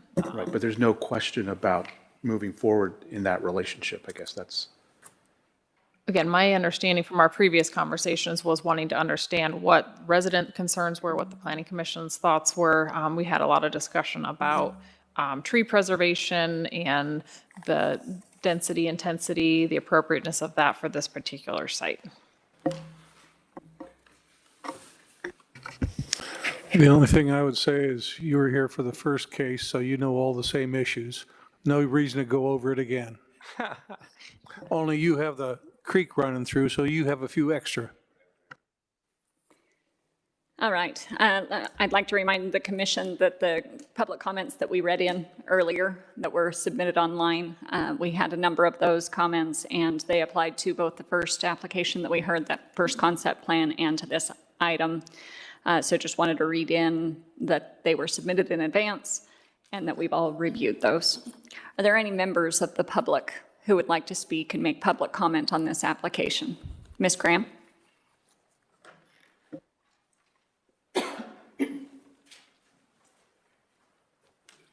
Hi, Amy Cram, 7511 Riverside Drive, Dublin 43016. And as you stated, the same comment, most of the comments that came in, I had about 16 comments, I think, come through. You've got them all. Particular to this project, though, this one was actually more concerned about the stream and protecting the stream corridor, moving forward, doing some type of preservation, like an easement or a stream corridor protection area. And I think the application does a good job keeping the buildings away from it. When we went out and walked the site, just so you know too, I had taken photos through that and I sent them to everyone on the East Dublin Civic Association, so they were able to see that, couldn't go on the site visit. So some of the comments were related to that. The only outstanding question that we had was, there was no image of what the buildings are going to look like, the 3-story flat buildings that are on Emerald Parkway, because we have neighbors right across Emerald Parkway. And so the concern there would be just to make sure those are well screened and buffered and we're not just seeing apartment buildings and garages. That was hard to tell. So as we move forward, it'd be nice to see perspective renderings from McDuff Way and Emerald Parkway, and also from Inverness, just so you can get the idea of how tall these buildings actually are based on distance and the vegetation that's in the way. But yeah, buildings 4 and 5, there was no picture there to give us an idea. I'm assuming a 3-story flat building, it's gonna look like Teller Flats, which I don't think are attractive buildings. But so those would need to make sure we have enough buffer along Emerald Parkway because we have houses immediately to the west. Again, can't look at the circulation in a vacuum, but we're not, the traffic on this I think it will be a little less, being that it's senior housing and they don't have to leave necessarily at rush hour when everything is backed up. So there were obviously all the traffic concerns we already mentioned. I do want to, and this is actually more my personal comment than from the Civic Association per se.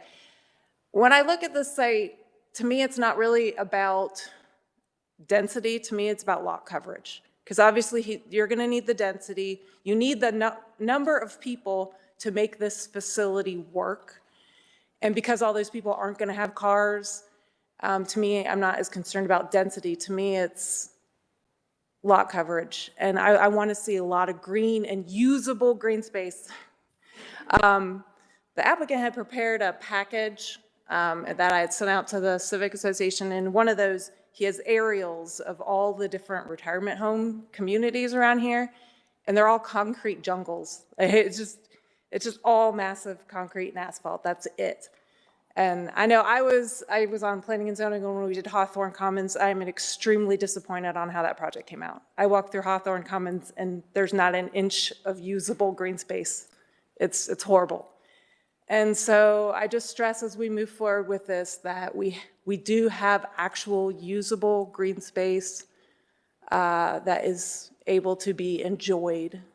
And yeah, to me, I don't know if you have those aerials, but there were great aerials of Hawthorne Commons and Friendship Village and Village of Dublin that he had given in a package.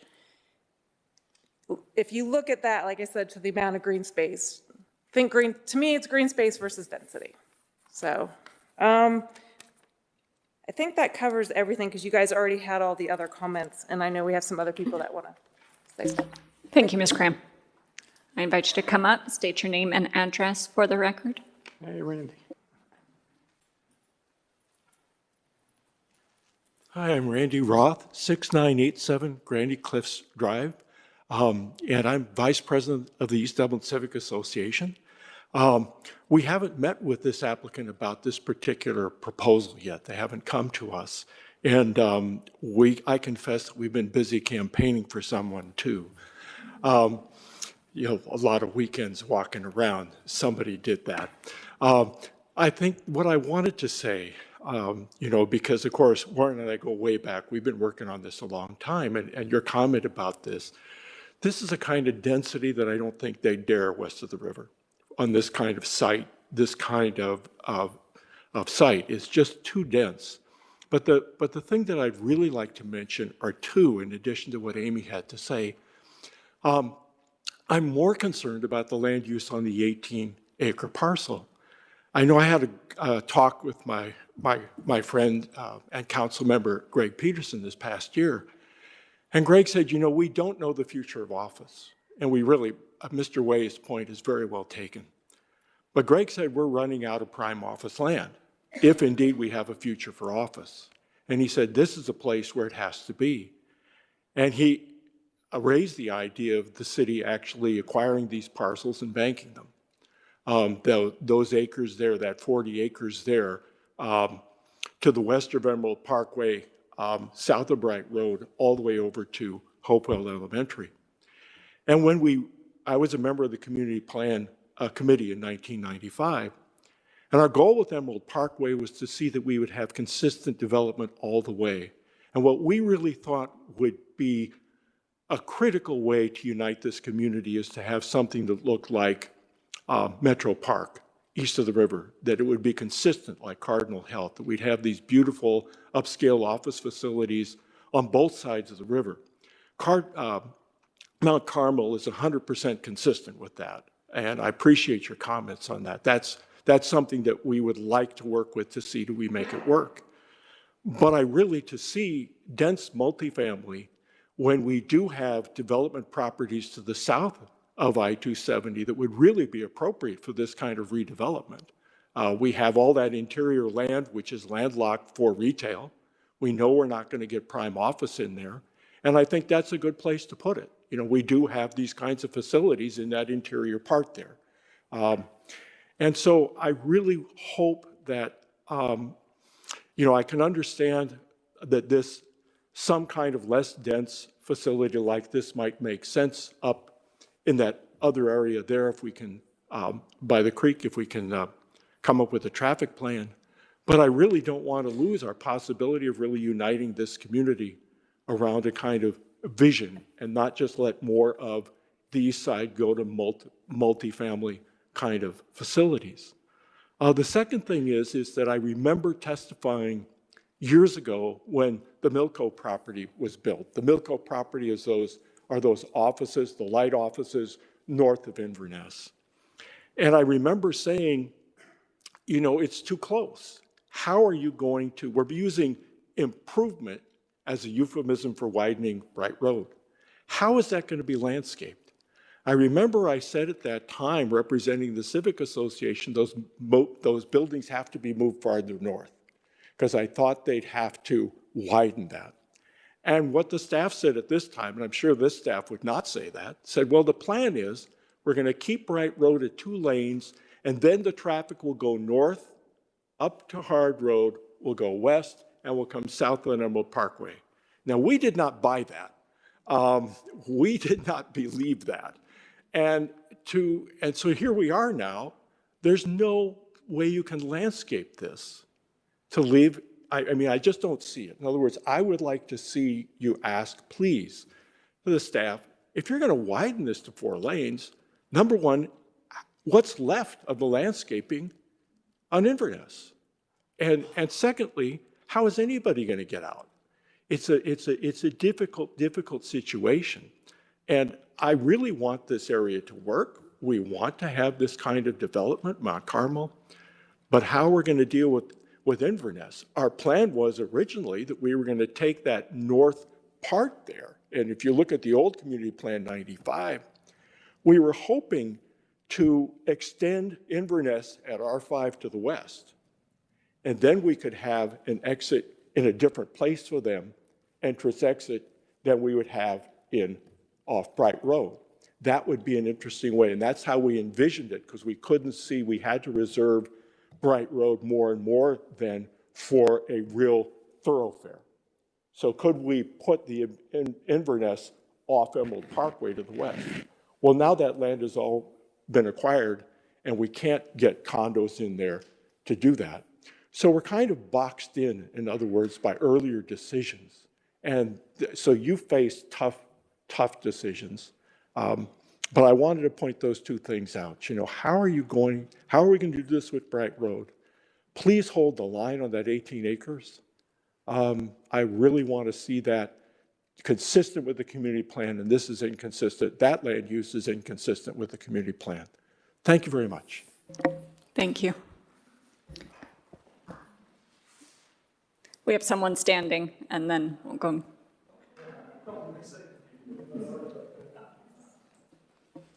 Hello, Corey Barnes, 4150 Bright Road. So I'm right across the street from the 18 acres that we're just talking about.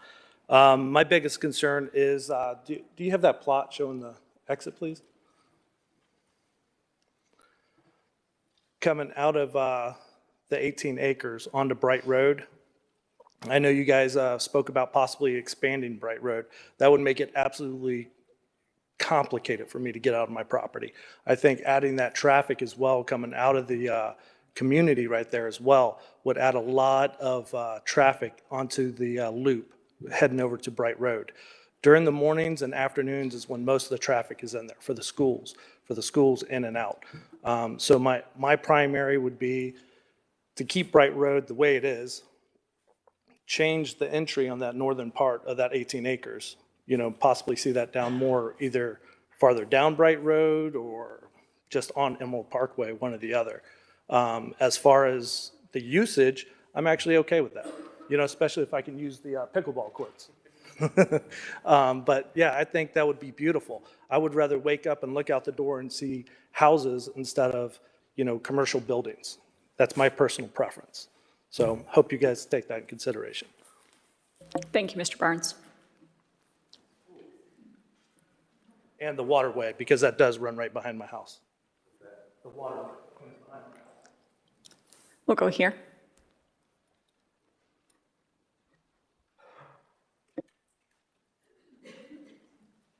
My name is John Reethall. I live at 4157 Macduff Way, Dublin, 43016. And we are neighbors with Corrie back to back. We have the creek between us. I have two comments. I think the first one has already been said many times about the waterway. I spend quite a bit of time clearing bottles and plastic and debris out of the banks where the creek runs now, and it's a great source of surges and dropping off. But you've heard about that already. This is the first time I've seen the presentation for the new design here. I spoke against the old concept because of the 5-story buildings that would actually be looking into our land and that of our neighbors. But that southwest parcel, because this is the first time I've seen it, I have to say I'm appalled.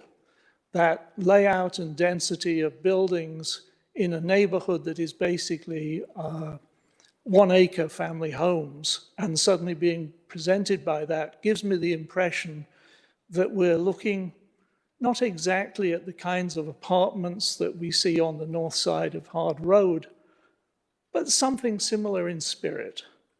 And I'm not an architect or anyone who's used to just trying to imagine how that will look in practice. But as I look at that picture and the density of the buildings and the contrast from the buildings we already have, I'm just appalled. And that's all I can say at this point. I'll try and be a little clearer in my thinking and perhaps submit comments in writing. Thank you. Thank you, Mr. Reed. Yes.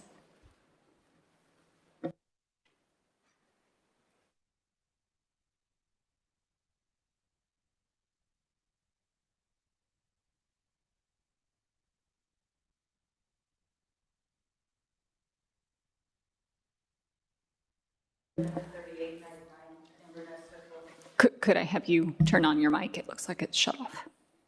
Thank you. Thank you.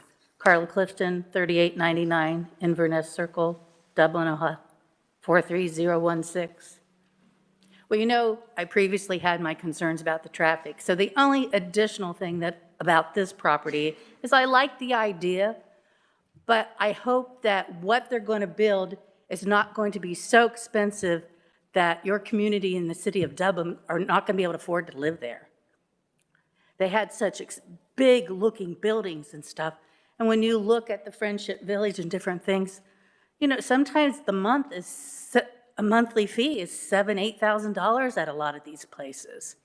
Plus, you have to do an endowment fee and different things. So I just hope what they're building here, and if you can have input in that, that you don't price it so high that your community cannot use it. Thank you. Thank you. Are there others in the public who would like to make comment?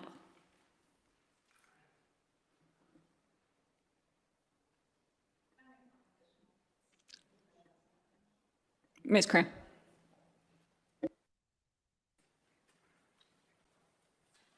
Hey, Amy Cram again, 7511 Riverside Drive. I wanted to let them speak and not speak for them. I knew we had a lot of people here, but a couple things that didn't get said. Most of the comments that you heard, traffic, stream, most people were generally acceptable of that northeast parcel. Most of the people that I got comments from that weren't happy was the southwest one. So and a little bit of that was said, but it was related to the additional traffic on that portion of Bright Road, particularly at the entrance. Not a single person was happy with the entrance on Bright Road for that southwest corner. Just a little background too, I have been working with the schools. They are having busing issues this year with COVID. They're having way higher numbers of parents dropping their kids off than they expected when they built that school. They thought they had enough stacking room on their driveway, and they don't. It backs up past Macbeth and past the resident that spoke. Like it gets to the roundabout almost during pickup and drop off. And that would be the westbound traffic. So again, you're looking at internal circulation, but again, the traffic has to go somewhere. So consider that entrance. Again, they're not happy with the entrance on Bright Road. So for the southwest corner. Thank you, Ms. Cram. Any final comments? Have any other comments been received on the web? All right, at this time, I'd like to turn it over for commission discussion. Mr. Schneer, let's start down with you. Should we put the questions up? Focus on it that way.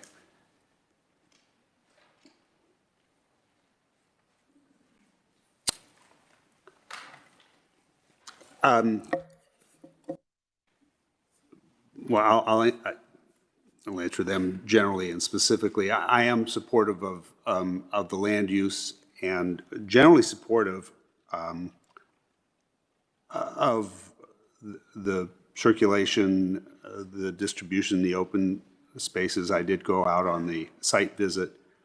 The proposed building architecture and heights, I think, is it's premature to really provide much comment on that.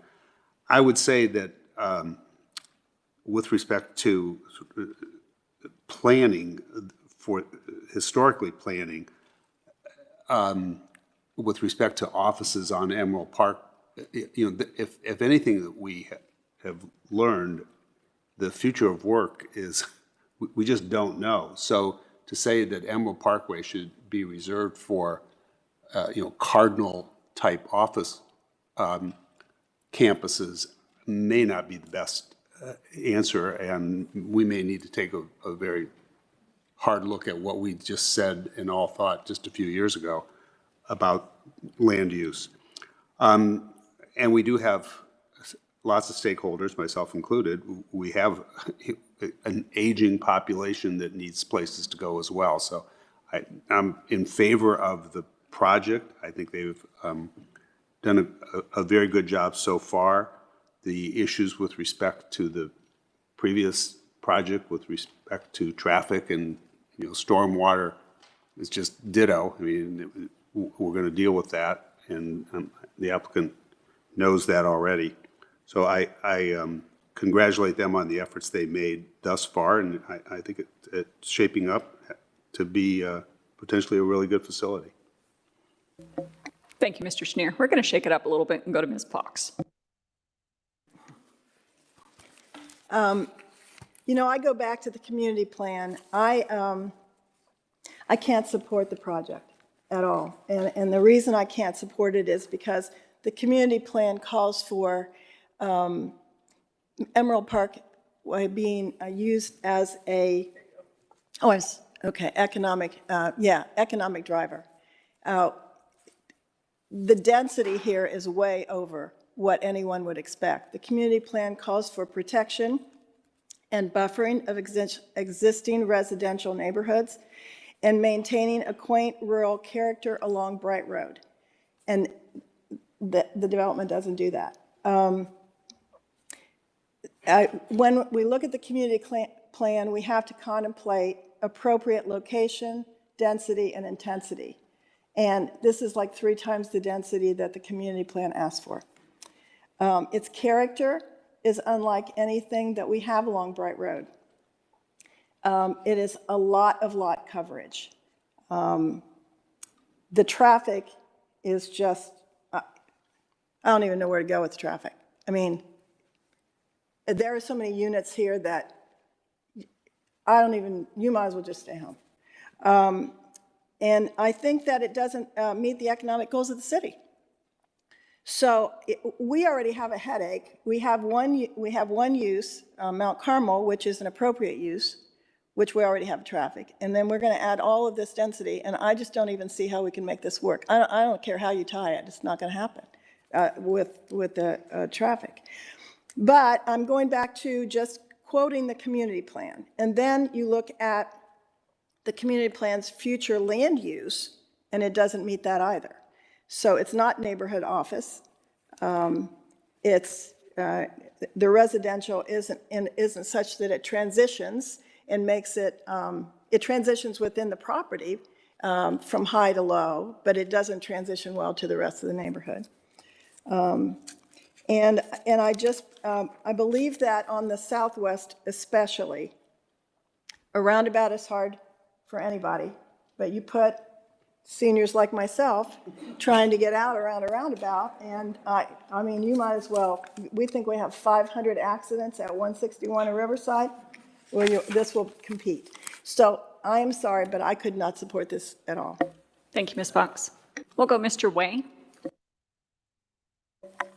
Wow, lots of stuff to noodle here.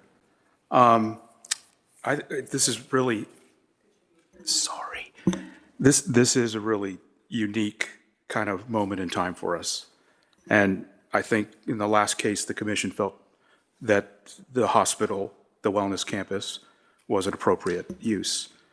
If we had not felt that, and this was still considered to be an office site, it would change my whole perspective of this part of the city. With that being said, and I also supporting the idea of health and wellness, I think these other sites play right into that. And perhaps as a commission, we need to think about this differently. The community plan was done in 2007. That was 13, 14, 15 years ago. The world has changed. I'm actually getting I really like this idea of thinking holistically about this corner of the city. And again, okay, so that being said, I would say I'm actually supportive of the way this is going. In regard to the density, I think it's way too dense. I have fallen in love with Right Run, how do you say that? Right Run, as a open space that moves all the way through to the river. And I think the protection of that, the sensitivity of development around that is really, really important. And so when I look at the site plan for the northeast corner, I think the big buildings are in the wrong place. I mean, I would not want to see big buildings along that corridor. I'd want to pull them, I'd want to think differently about this site plan. And I get where the idea of this is coming from, of the lower density towards the road and the higher density where there's some open space, but I think it's consuming the open space. I'd rather bring the taller buildings, and not real tall, to the front and preserve as much of the open space around the stream as you could. In fact, all these ponds could actually be on each side of the stream. And so you actually create this natural system with a man-made system.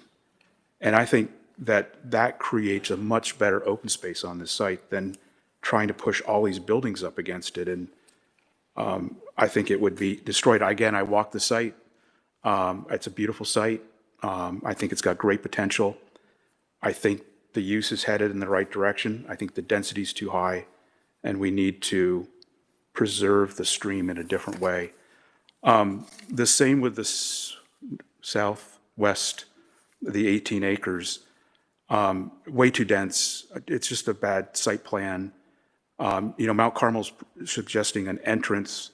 This is the logical place to have an entrance into that site if we're going to start thinking, I'm assuming from a traffic standpoint, but that's going to be resolved. I could see the development along Emerald Parkway being kind of having this wide green space as it's kind of showing right now, with uses fronting onto that green space, and then having a logical plan behind it. I don't think you need to have an access on a Bright Road. I think you get all the access off of Emerald Parkway where it has capacity. So I think the applicant really needs to look hard at the design of both of those sites in terms of sensitivity of right run, the density, where the buildings are positioned to streets, and to really think of this in a, I'm going to say this word again, think of this now as an even bigger health and wellness campus, and start to think of how everything ties together. The country's population is aging. Several of us are part of the aging part of it. And we're going to need a lot more places like this. And the map that staff put together for us, I was actually surprised at how little types of facilities there are like this when Dublin's population is aging. We're going to need lots more. And so I think really thinking bigger about this corner of Dublin and what it could be, and designing it well with this health and wellness lens on is a way to go. So my comments. Mr. Grimes. Thank you. When I look at the two, I'll look at the northeast first. When I compare it to the 2019 plan that was provided, the current plan is far superior in my mind. I like the way you open the buildings towards the creek. I think that gives residents and people visiting, you got the look down there, and I'm quite sure that with that focus, that you're really raising the importance of the preservation and the utilization of that stream as a focal point for your complex. So I think that's a real important change that you've made here. Certainly there's a heck of a lot less paving between the two projects, and I like that too. That's something that's a concern. There's more water retention, better use of the land. There's so many better things. And then I like the villas that are on this side of the property as well. So I would say that if you continue to work on that focus, stream, how to manage the water retention, traffic study, again, as I said before, that is going to be a real important part in paying attention to the needs of the surrounding area. I don't think that the massing of the large buildings up towards Sawmill, I think that's the better use of the property. And you've got Lifetime Fitness, which is effectively a 4-story building right across the creek. So you're not out of line with what's in this part of the area, quite frankly, between Bright and Hard Road. Now on the southwest part, I think you need to look at how the traffic studies are going to impact this, and the neighbors too. There might be some better ways where you can have exits and entrances into that. I don't know what that is, but again, having villas all towards the residential end of the property to the north and to the west with villas. I mean, they're not going to be looking at too much besides their own rooftops, the same elevations. And having the assisted living there on Emerald Parkway, I mean, that's probably going to be complementary to the hospital across the street. And if I were in the assisted living facility, I'm going to be pretty happy that there's a hospital right there in case I need it. Hopefully the wheelchair can get me quicker than an ambulance, I don't know. But there's some things that you need to work on, and so I'm in favor of the concepts in general, but there's a few kinks you need to work out. Thank you. Thank you, Mr. Grimes. Mr. Fishman. I'm going last, so can you turn your mic on? I think I have to agree with Mr. Way. I think that that we had our heart set on office and revenue in that area, but I think that the world is changing and we really don't know the future of office. We know that we're all getting old, okay? And so it's really difficult for me to disagree with Ms. Fox, I'll tell you. Okay, she's here, but so I disagree. I also think that Mr. Newcomb's effort is outstanding. I mean, the time and effort that went into this is great, and as you said, the improvement from the previous plan is tremendous, but I still think there's a lot of work to do. I think that this is, as we told Mount Carmel, this is a paramount part of the city, and this is something that's got to make the east side shine. I think that it's too dense. I think that, sadly, the residential got there before you did. And, I complained to my wife about the deer in my backyard and eating my hostas, and she always says, they were here before you were. Okay, so you got to cater to the deer. Okay, so I think that we've really got to do that. And I want to see, as we told Mount Carmel, creative parking lots, not just strips of concrete, strips of trees with blacktop around them. I think it's something that's got to look wow as people drive by. And you've got, in all my years of zoning, I think you've got more visibility than any other place that we've ever zoned in Dublin. Okay, you've got 4 sides and you've got neighbors, but I think that the real concern to me is traffic, water, and an effect on the neighborhood. And I think that lot coverage is going to be really important. I think you need to have gathering places. People want parks. They want accessibility to it. And I think it's going to include that. So I think you've still got challenges ahead. But as I said, I admire what you've done so far. And I as I said, we all visual. I was on that community plan, by the way, that board, okay? And we visualized that Emerald Parkway. We're going to spend all that money to build Emerald Parkway. We wanted to get revenue. And the cities, who knows what's going to happen with office, so we do need revenue. But I think it's a good use, but I think that it's got a long way to go. And I think we're going to be really tough on you. And you heard what we said to Mount Carmel, and I can just say ditto. But I want to emphasize, I think the effort's tremendous. And I think that the southwest part here is, you got to pay a lot of attention to that. And again, keep in mind when you're doing this, wow, that's the magic word. And I think that the east side deserves that. And I think that if you do that, I think it'll be a tremendous project. That's my feedback. Thank you, Mr. Fishman. I'm going to tie us up squarely in Ms. Fox's camp. So I think that, Mr. Newcomb, you hit the nail on the head when you said, this is shifted to an active adult community. And by shifting it directly to an active adult community, we take it out of the community plan. The community plan sees, institution economic drivers in this area. And I agree wholeheartedly with the members of the commission who say that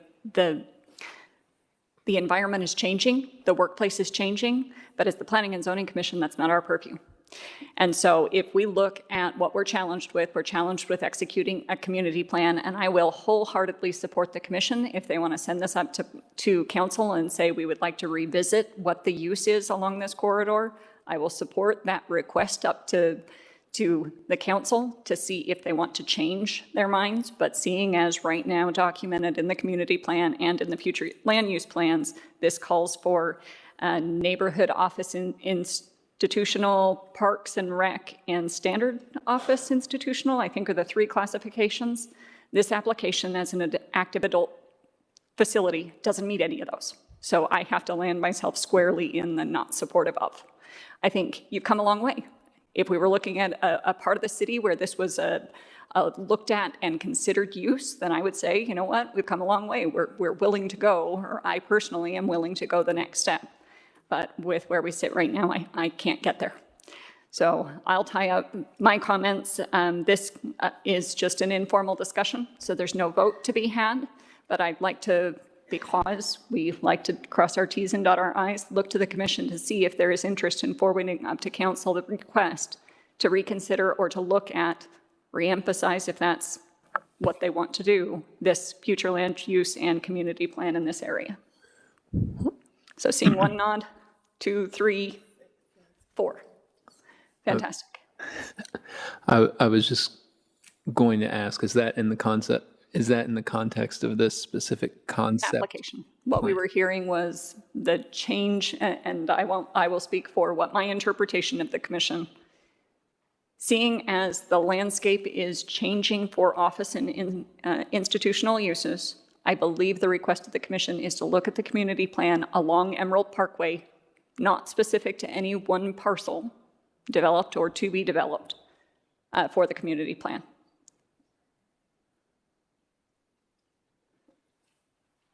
We'll pause.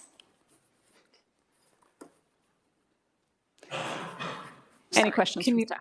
No, again, I guess we can discuss how that gets raised to council. I mean, as part of, we had a previous application that there was a question of the community plan and how that should be upheld, and council still has to make a final determination on that. But my interpretation, maybe, and Ms. Fox can chime in too, was that City Council was supportive of retaining the uses outlined in the community plan in terms of future land use. So we've not had that formally discussed in a global sense, but I mean, my sense from them was they wanted to stick with what the community plan said, so.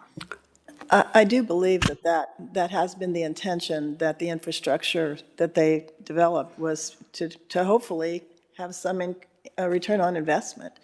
And I think unless you can bring, to me, if you can bring forward something else that meets that in a better way, you'd have to argue that point. I think, to me, as a council member, that's how I would feel. And when it comes to this land use, I think in the whole context of the entire area, it is a beautiful, I mean, it is needed. I have no doubt about that. It's needed.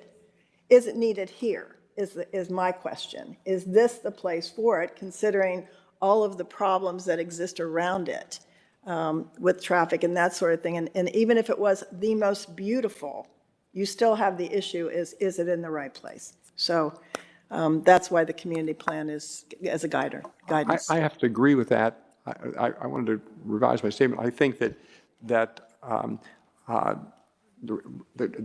as I mentioned, the problems that have to get solved are traffic, water, and neighbors, okay? If they can solve those problems, then I would be in favor. So if council decide to reverse the community plan. And the one comment, the final comment that I would have is, regardless of what goes here, we have to be very, very cognizant of the riparian corridor. So anything that goes there doesn't really matter. And Mr. Hendershot, your team does a fantastic job at maintaining and making sure that we are good stewards over the landscape. And so thank you for that. Mr. Schneer, did you have another comment? Yes. I'll not intentionally put myself on an island, but so be it.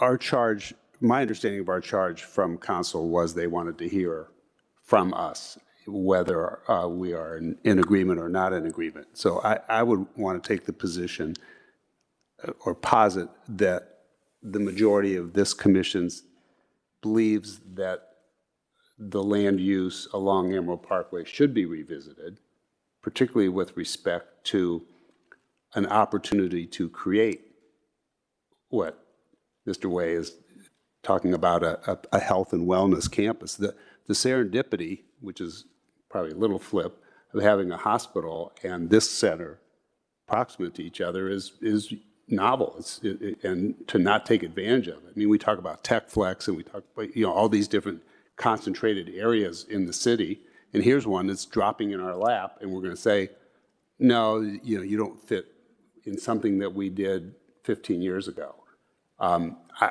So I don't know if that's as formal as a motion or just something that just appears in the minutes, but that's my personal position. Thank you for that, Mr. Schneer. Ms. Call, I guess I have a request, and this is probably to staff. So there's been some comments made about economic return on this land, and I guess I don't know emphatically that, I know by education that office tends to provide a better return than other things, but I don't know that emphatically that what's being proposed here wouldn't have a significant economic return rather than suburban office. And so I don't know if we already have that information about by acre or whatever, but it would be nice to have that information as these cases come back to us. And the other comments were about traffic and traffic generation.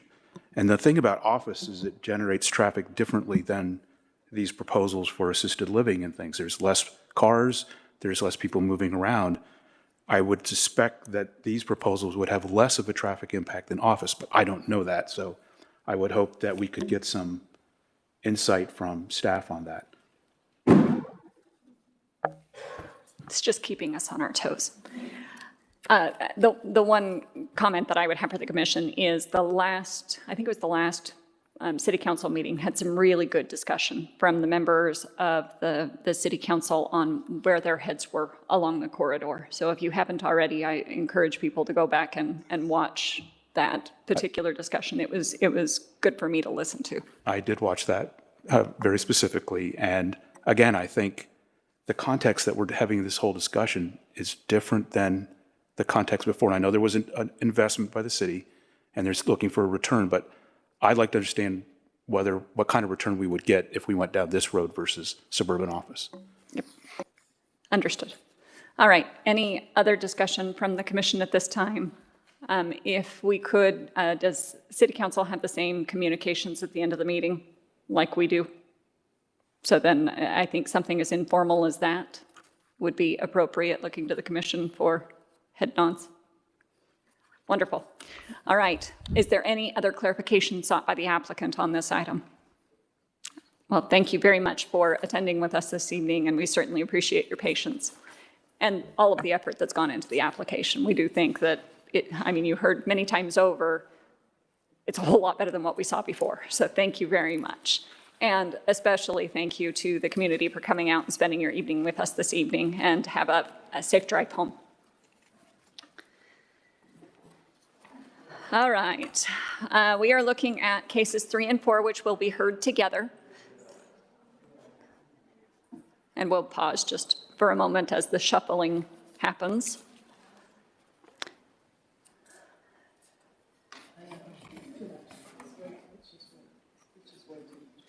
All right, case 3, DCAP Code Amendments, MUR 419-117 ADM, administrative request. Staff, the applicant was hanging out in the hallway while we concluded the other items. Okay, yep, I see him coming in now.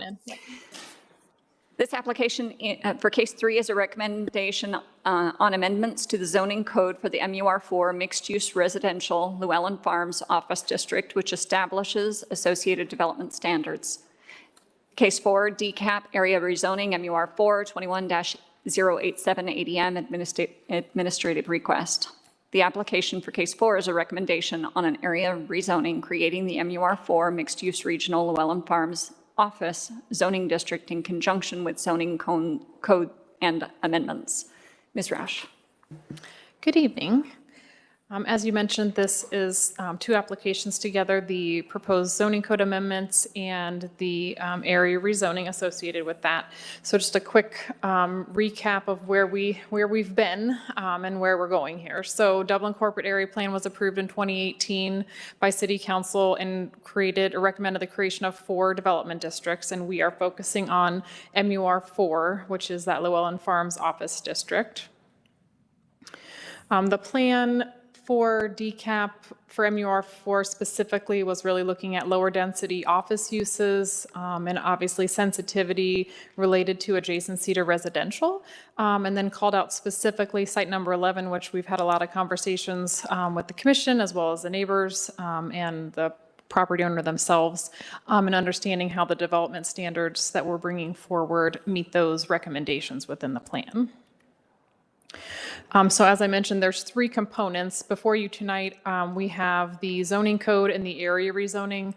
We are working through the design guidelines, but really want to take a nice comprehensive look at that as we move forward. Obviously, the code is the real meat and potatoes, if you will. Mr. Schneer, if we could keep one door open, I believe those lock behind us, and with an open meeting, we want to be careful.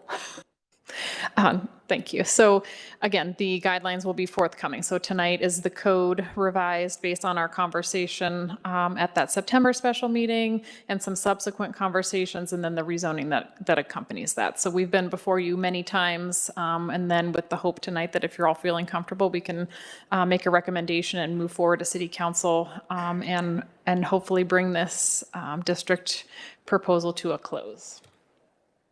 So as we reviewed at the last meeting, there's 4 main sections within the code: the purpose and intent, uses, site development standards, and then the review and approval process.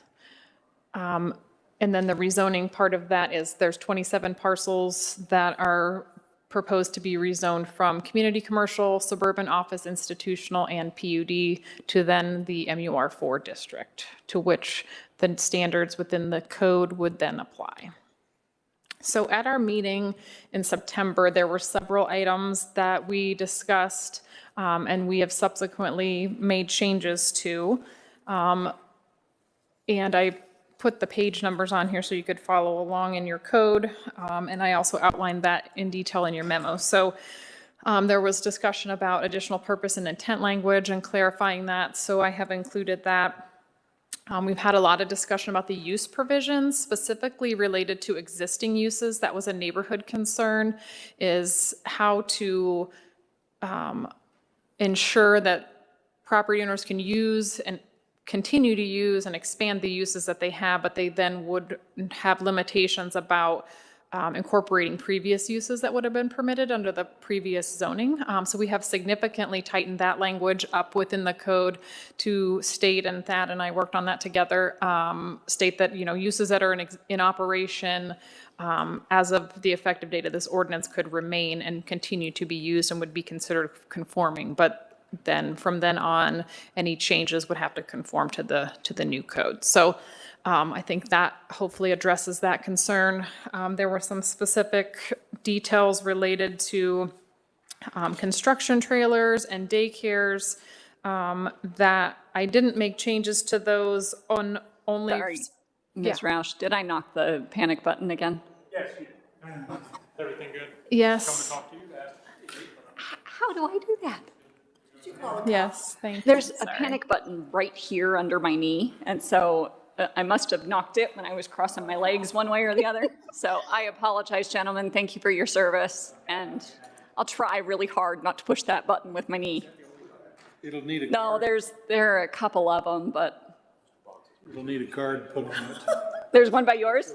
So it could have been Thad. I'm going to blame you this time. I took the hit last time.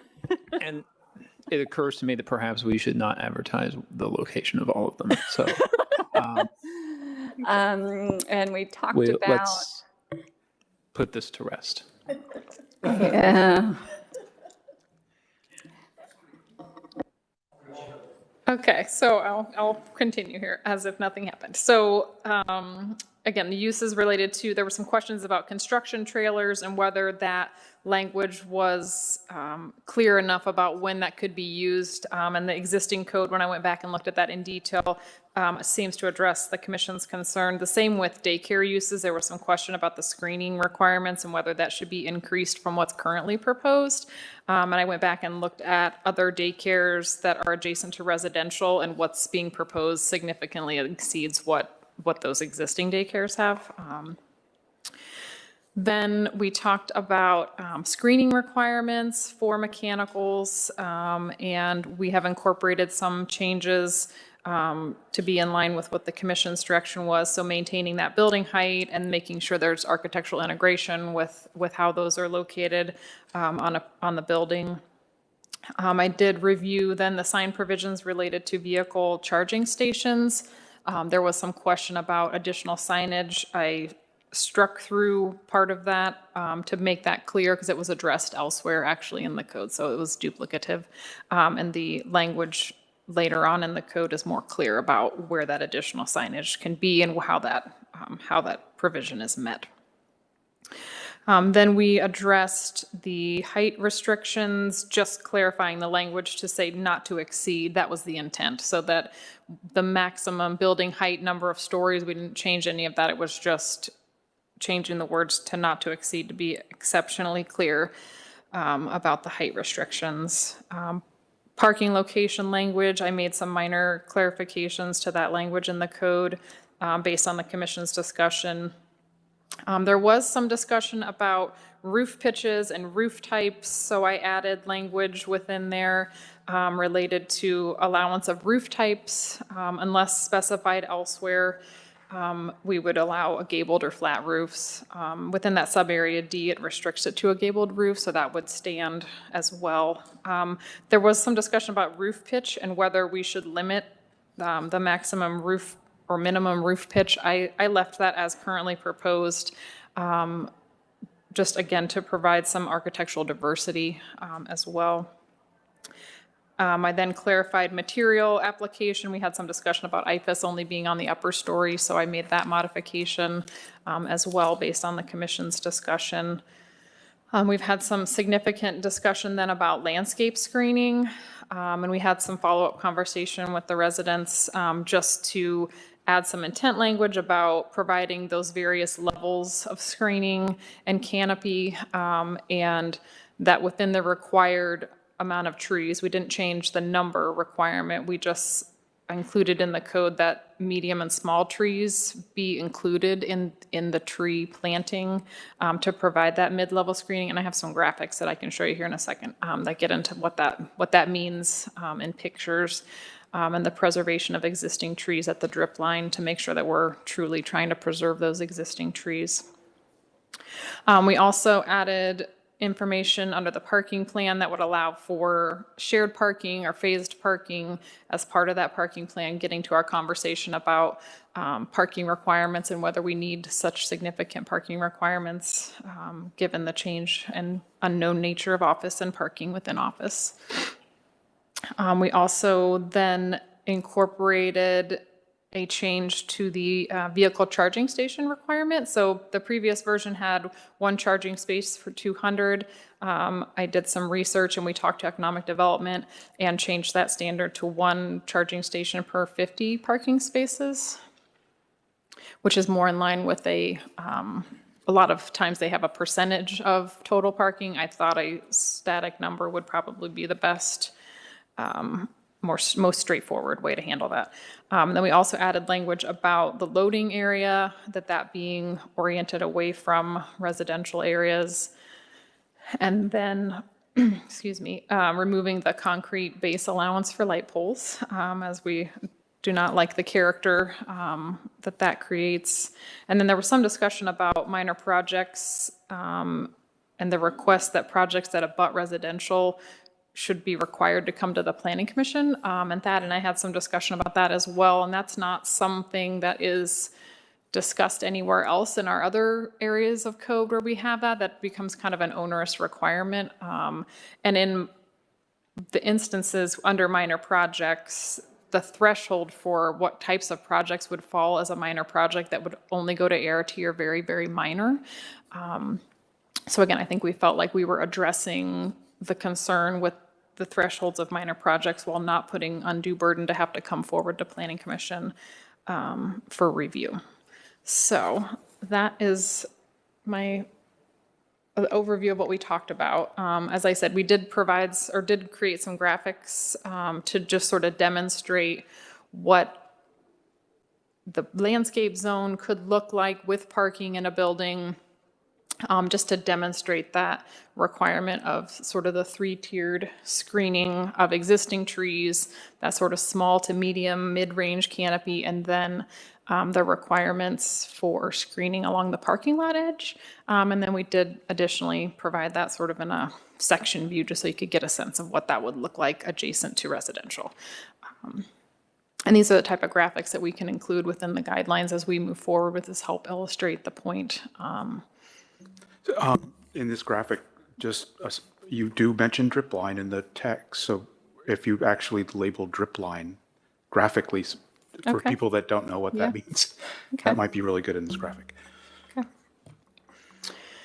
And then, as I mentioned, related to gabled roof, the roof pitch, I just thought some graphics of what that truly looks like in sort of form and in real life, just to sort of get a sense of, yes, the height does change a little bit in terms of depending on the roof type, but again, it gives some variety of character. You wouldn't want to have the same roof pitch permitted everywhere.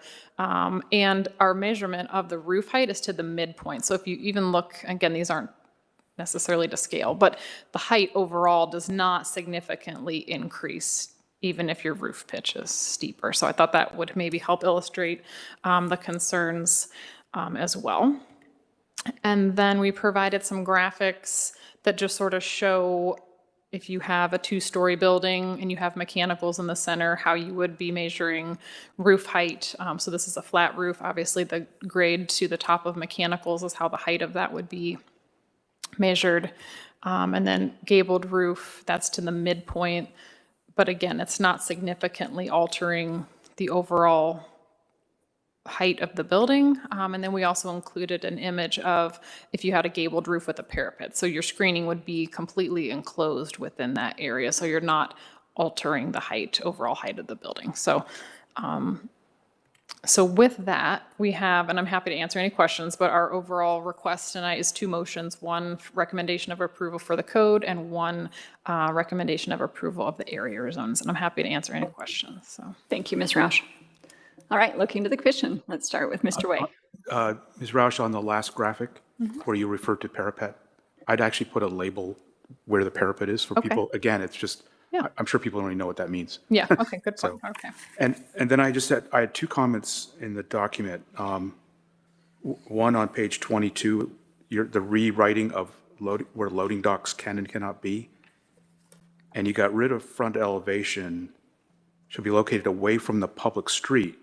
But if the front elevation isn't facing the public street, does that mean you can put a loading dock there? Not that anybody would want to do that, but the language suggests that you could. Okay. So if it was like you come to the end of a cul-de-sac and then you could have a building that's not actually on the public street. So I think keeping the word in about front elevation would be good. Okay. On that same one, I have it circled. It says, shall be located to away from. Thank you. My me too. typo. Thank you. I wasn't going to do the grammar stuff, too. No, please, that's okay. That's why I have more eyes than mine, so. This is on page 15. It's talking about the use of EFS. And it says EFS is only permitted on the upper stories. I think we should what does upper story mean? Is it the second story and above? So not on the ground story, maybe that would be a clearer way? Okay, Yeah, yep, I think that would, because it's kind of vague by saying upper stories. got it, okay, Otherwise, fantastic. okay. And we did receive, before I forget, some public comment, which we can talk through here in a minute, but there were some additional clarifications and questions that I want to make sure I address too, so don't let me forget that. All right, Mr. Schneer. As long as we fly specking. Page 16, it's B towards the top of the page. do we want to just have them take one protective measure, or should that be plural?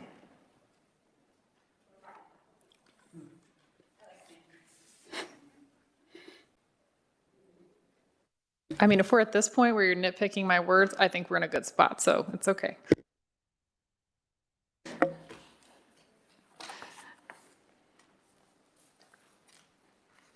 Mr. Fish, Ms. Fox, anything from you? No, I don't have anything. I only have one on page 9, and it's nitpicky again, but it looks like the sign can have a sign. So it says, any sign or advertising located on the vehicle charging station, blah, blah, blah, shall be permitted a 1 square foot sign. So if we could rework that. I can definitely reword that. That's easy. All right.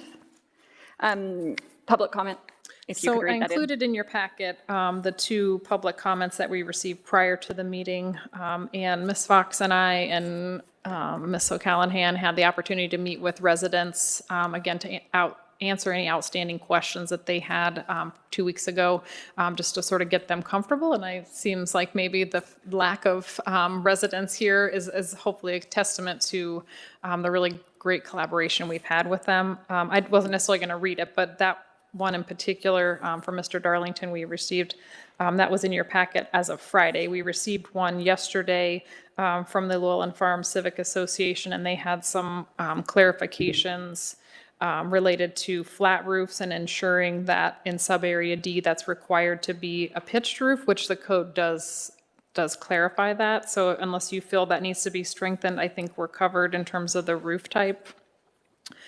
They had another question about use and non-use variances and the criteria for that. And there are very specific criteria. One is hardship criteria versus practical difficulty. So the changing the use or requesting to change a use or a variance to the use is a much higher standard than not meeting a setback. So there's really significant criteria that go into and review by the BZA for that, which I'm assuming gets to their questioning whether existing uses could be sort of circumvented so you could get more. But that's a pretty high threshold in the years I've been here. I think we had only one request for a use variance, and that was, I think I mixed that up. So the use variance has a higher standard of review, sorry. And we've only had one, and that's a pretty high threshold. So, and then they had some clarifications to add about existing uses that they wanted there to be a clarification of language that it should state that permitted and conditional uses in operation be inserted, and that it be subject to the following criteria, which I'm fine with making those changes. I don't think that fundamentally changes anything. If it makes them feel like there's more clarity, if the commission's supportive of that, I would incorporate those 2 changes as well. So, and that's all I have at this point. And did we have anyone who would like to make any comments on the application? I'd like to invite you up.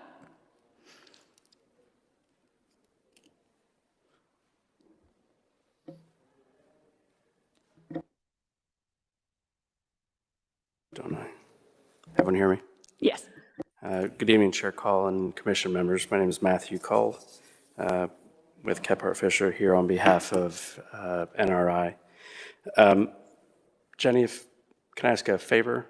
Can you bring up, I think it was 3 slides back, and it showed flat roof. That's, let's see. That'll do. Thank you. So at the last hearing where this was discussed, we had voiced our opposition to the changes that have been made to section 153.047, including any rooftop mechanical screening in the building height as being fundamentally against what we thought we had agreed to. We did request also, when this last version and the latest changes were added, that there be some clarification on what ground level means.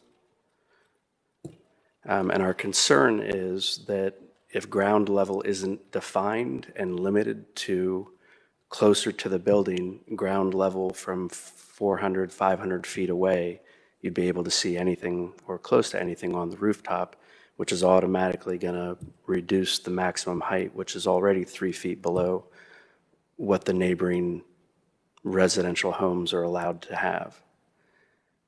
Does that make sense? So we are requesting, our first request would be that this inclusion of screening for mechanicals be stricken as part of the building height. There are a number of ways that it's just not fair. It's kind of targeted at this property. It isn't found anywhere else in the code. Jenny, you can correct me if I'm wrong. And if that fails, we would request that a limit be put on what ground level means so that it is limited to the parcel on which it sits. Ms. Roush, can you point us to the page where it calls out specifically ground level? You're on page 13, under I was off mechanical by one. screening, letter A.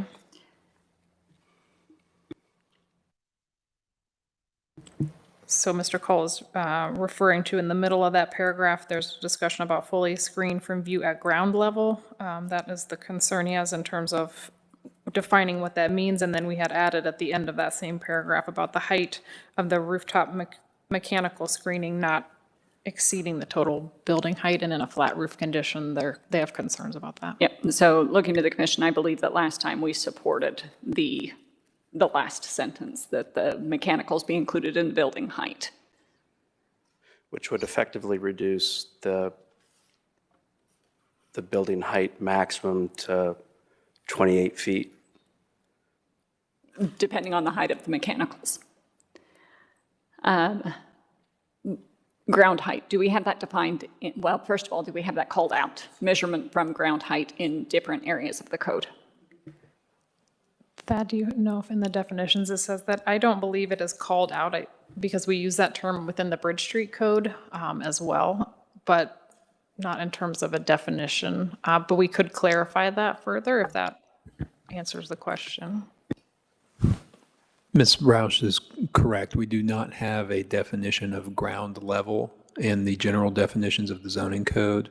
So it could be, depending on the commission's preference, whether that be ground level at the parcel boundary, ground level at some fixed distance from the building, because it's more really a method than a term of art. Understood. So looking to the commission for thoughts on that ground level, I agree. We're not in a very hilly country, but certain parcels would be penalized more than others would. So even if we had some type of, 15 feet away from the, adjacent wall or what, something that defines where distance-wise ground level is, and then defining that that's standing on the ground. Base of the building? Yeah, I think you're going to get that. I think it would be reasonable from anywhere on the site. But then you get the large buildings. You look at Cardinal Health, who's on a hill, and you go up the hill from at the edge of their parcel, and you can see their roof. Well, down below, it's a difference of 100 feet. So, but it's reasonable. I'm being that they should be, that whoever the property owner should be responsible for the view from on their property, not from somebody's property a long ways away, right? I mean, that to me would be reasonable. And I'm not saying that that solves the issue, but I'm saying that that would be one consideration. I look at some of the partners that would come forward, and if they want to put a park on their property and it's still part of their property, we're going to penalize them because they have more open space, because their parcel is bigger and their building is smaller. I could play that out negatively into something we wouldn't want to have. But in the context of what we're talking about, it's... Yeah, but we're not talking just in this context. I know. We have to be careful. I know. Jenny, is there a term, is there a common definition that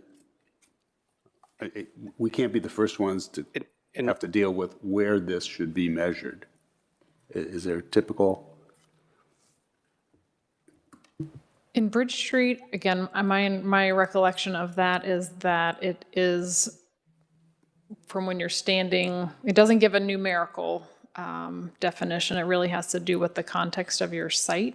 And I can look at that while you continue to talk and speak more specifically. But it is meant for that purpose where you're not overly penalizing someone, but you're also being reasonable about you shouldn't have to screen it from everywhere, right? There are some bounds with which you're held.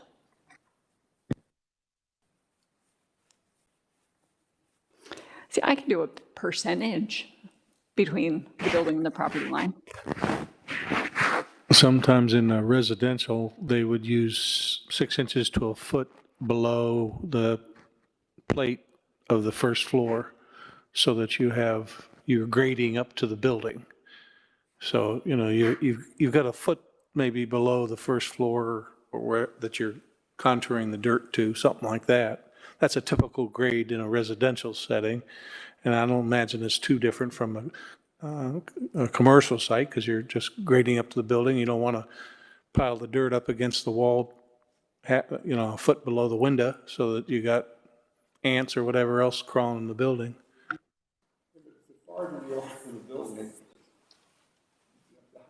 Where you're able to see them. Yes. All we want to accomplish here is to hide the mechanicals.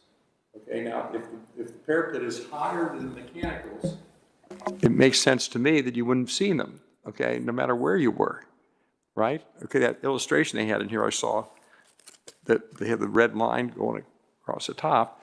If the parapet was around the circumference of the building and it was higher than the mechanical, no matter how far out you got, you couldn't see it unless you were in an airplane above it, right? Or on a hill on the site next door. On a hill, that's right, on a hill, 10 miles out or something. But, or the next site, it could be. Or inside the building. Now, Bridge Street, I looked at an apartment where the main living room, you looked out and you saw a big air conditioner sitting on the roof of the next building. That same building actually attached. So, but this is ground level we're talking about. Ground level. So that's what I'm saying. But doesn't it make sense if the parapet was higher than the mechanicals, you'd have to be. There could be. You have to be over the.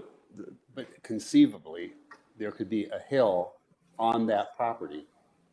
Yeah. That was high enough that you could then see. So the language as you proposed is consistent with what's in Bridge Street identically.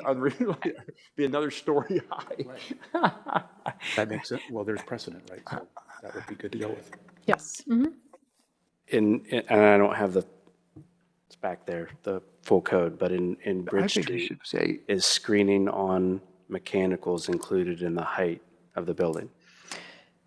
It is not. That does talk about, it defines parapets and how high a parapet can extend above the wall. It depends on the building height. So, it's a little bit different. So, our concern isn't with the screening. It's the fact that, we're going to be forced to screen and then include that as part of the building height. And that's going to reduce the building height, which we had heavily negotiated from 32 feet down to 27 feet. So it's fundamentally not in accordance with what we thought we had agreed to. We could, again, depending on what your perspective is, it could be a ground level, as viewed from the property line. And again, as part of a proposal that comes before you, there'd be an opportunity to ask for a waiver, administrative departure, to make some modification as part of that, so that on either side, there's discussion and review about what's being proposed, and then the opportunity for the applicant to have, or that property owner to ask for some relief from that standard. I don't know would that get to your concerns, Matt, at the property line, or you want something greater? Just trying to understand what we're shooting. Will this formula say that the parapet is always higher than the mechanical, right? It's always higher. So like you're saying, if you've got a huge slope lot and you're up here, you're going to be able to see the roof. And if it's even maybe the mechanicals, depends on how the mechanicals are, but it seems like in most situations, if the parapet is higher than the mechanicals, say 2 feet higher than the mechanicals, it'd be difficult to see the mechanicals. unless you're in a mountainous area or something where, and we don't have too many mountains in Dublin. Yeah, so I found just, I'm cruising different people's code, and the one that I found that kind of fits Mr. Fishman's is mechanical equipment mounted on the roof of a building shall be screened by a parapet, wall, roof screen, or similar device that is integrated into the building's architectural design and of a height equal or exceeding the height of the mechanical equipment being screened. So you wouldn't lose your height, it still screens, and we don't have to worry about ground height, you could say 15 feet, exceeding, property line, right? or anything else. You could say don't say the height, just say exceeding the height. Well, this says equal to or exceeding the height of the mechanical equipment being screened. Yeah. So you wouldn't lose any additional height, but we're still screened. Yes, but the problem is height. You do lose functional height. Because if we're saying that you're basically your parapet height is the maximum that is totaled, if you have a flat roof, the total height is to the top of that parapet, which means your building would be, your usable building area height underneath would be decreased, is what they're saying. This doesn't call out that the parapet has to be. It says parapet, roof screen, or similar device. Right. Right, I'm saying, but as drafted in the code, we would then have to strike that last sentence. It says the height of the roof-mounted screening shall be included in the total maximum building height. Yes, but because we had already said, okay, I think we're not budging on the mechanical equipment being included in the height. I believe that the applicant said, okay, well, I don't want to lose more height because I have to screen. Well, we're still at the equal to the mechanical equipment. I'm not clear. I think the residents' concern was they don't want to go over us, the height. Yes, and so you're saying that's what that we're holding to. That 32 feet includes everything on top. everything. And so That's what he's arguing against. So we were already at 28, and then the screening was going to take him down even further. But now we're saying, no, we're not taking down further. It's that 28, because my comment, my interpretation of your comments at the beginning was, if we're going to keep in the mechanical, then we don't want to lose more on top of that. So I don't want to say no because I might just not understand or be piecing it together, but. Excuse me, can I interrupt? Jenny, could you put that one graphic, maybe if you use that? Sure. As it was the.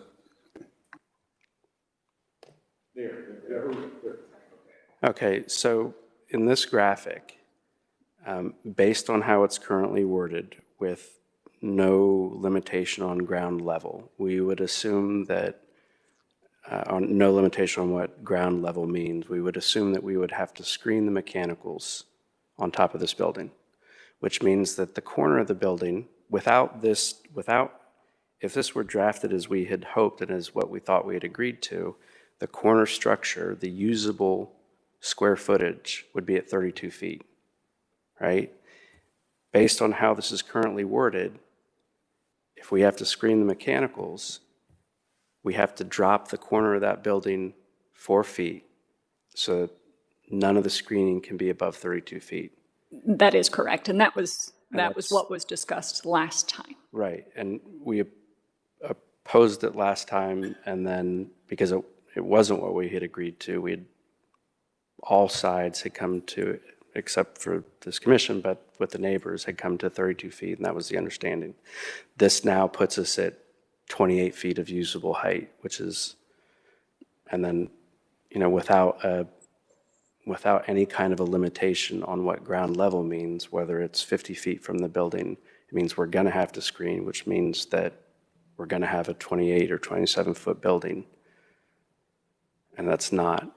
And the other thing is if this is so important to be included in the height, you could have a pitched gable or a pitched roof height that would be significantly higher than what the, if not significantly higher than the 32 feet top of the screening, right? So we could, on the property, have a taller building, theoretically, with a pitched roof. So it was not my understanding that the residents were okay with 32 feet plus whatever the mechanicals were. So that aside, looking to the commission as far as what's in front of us tonight, we have 2 items. We have, my notes, the administrative request for the code amendments and the area rezoning. So, yep. No, we're back to discussions. The items that we have so far have all been clarified with the exception of screening. Am I seeing that right?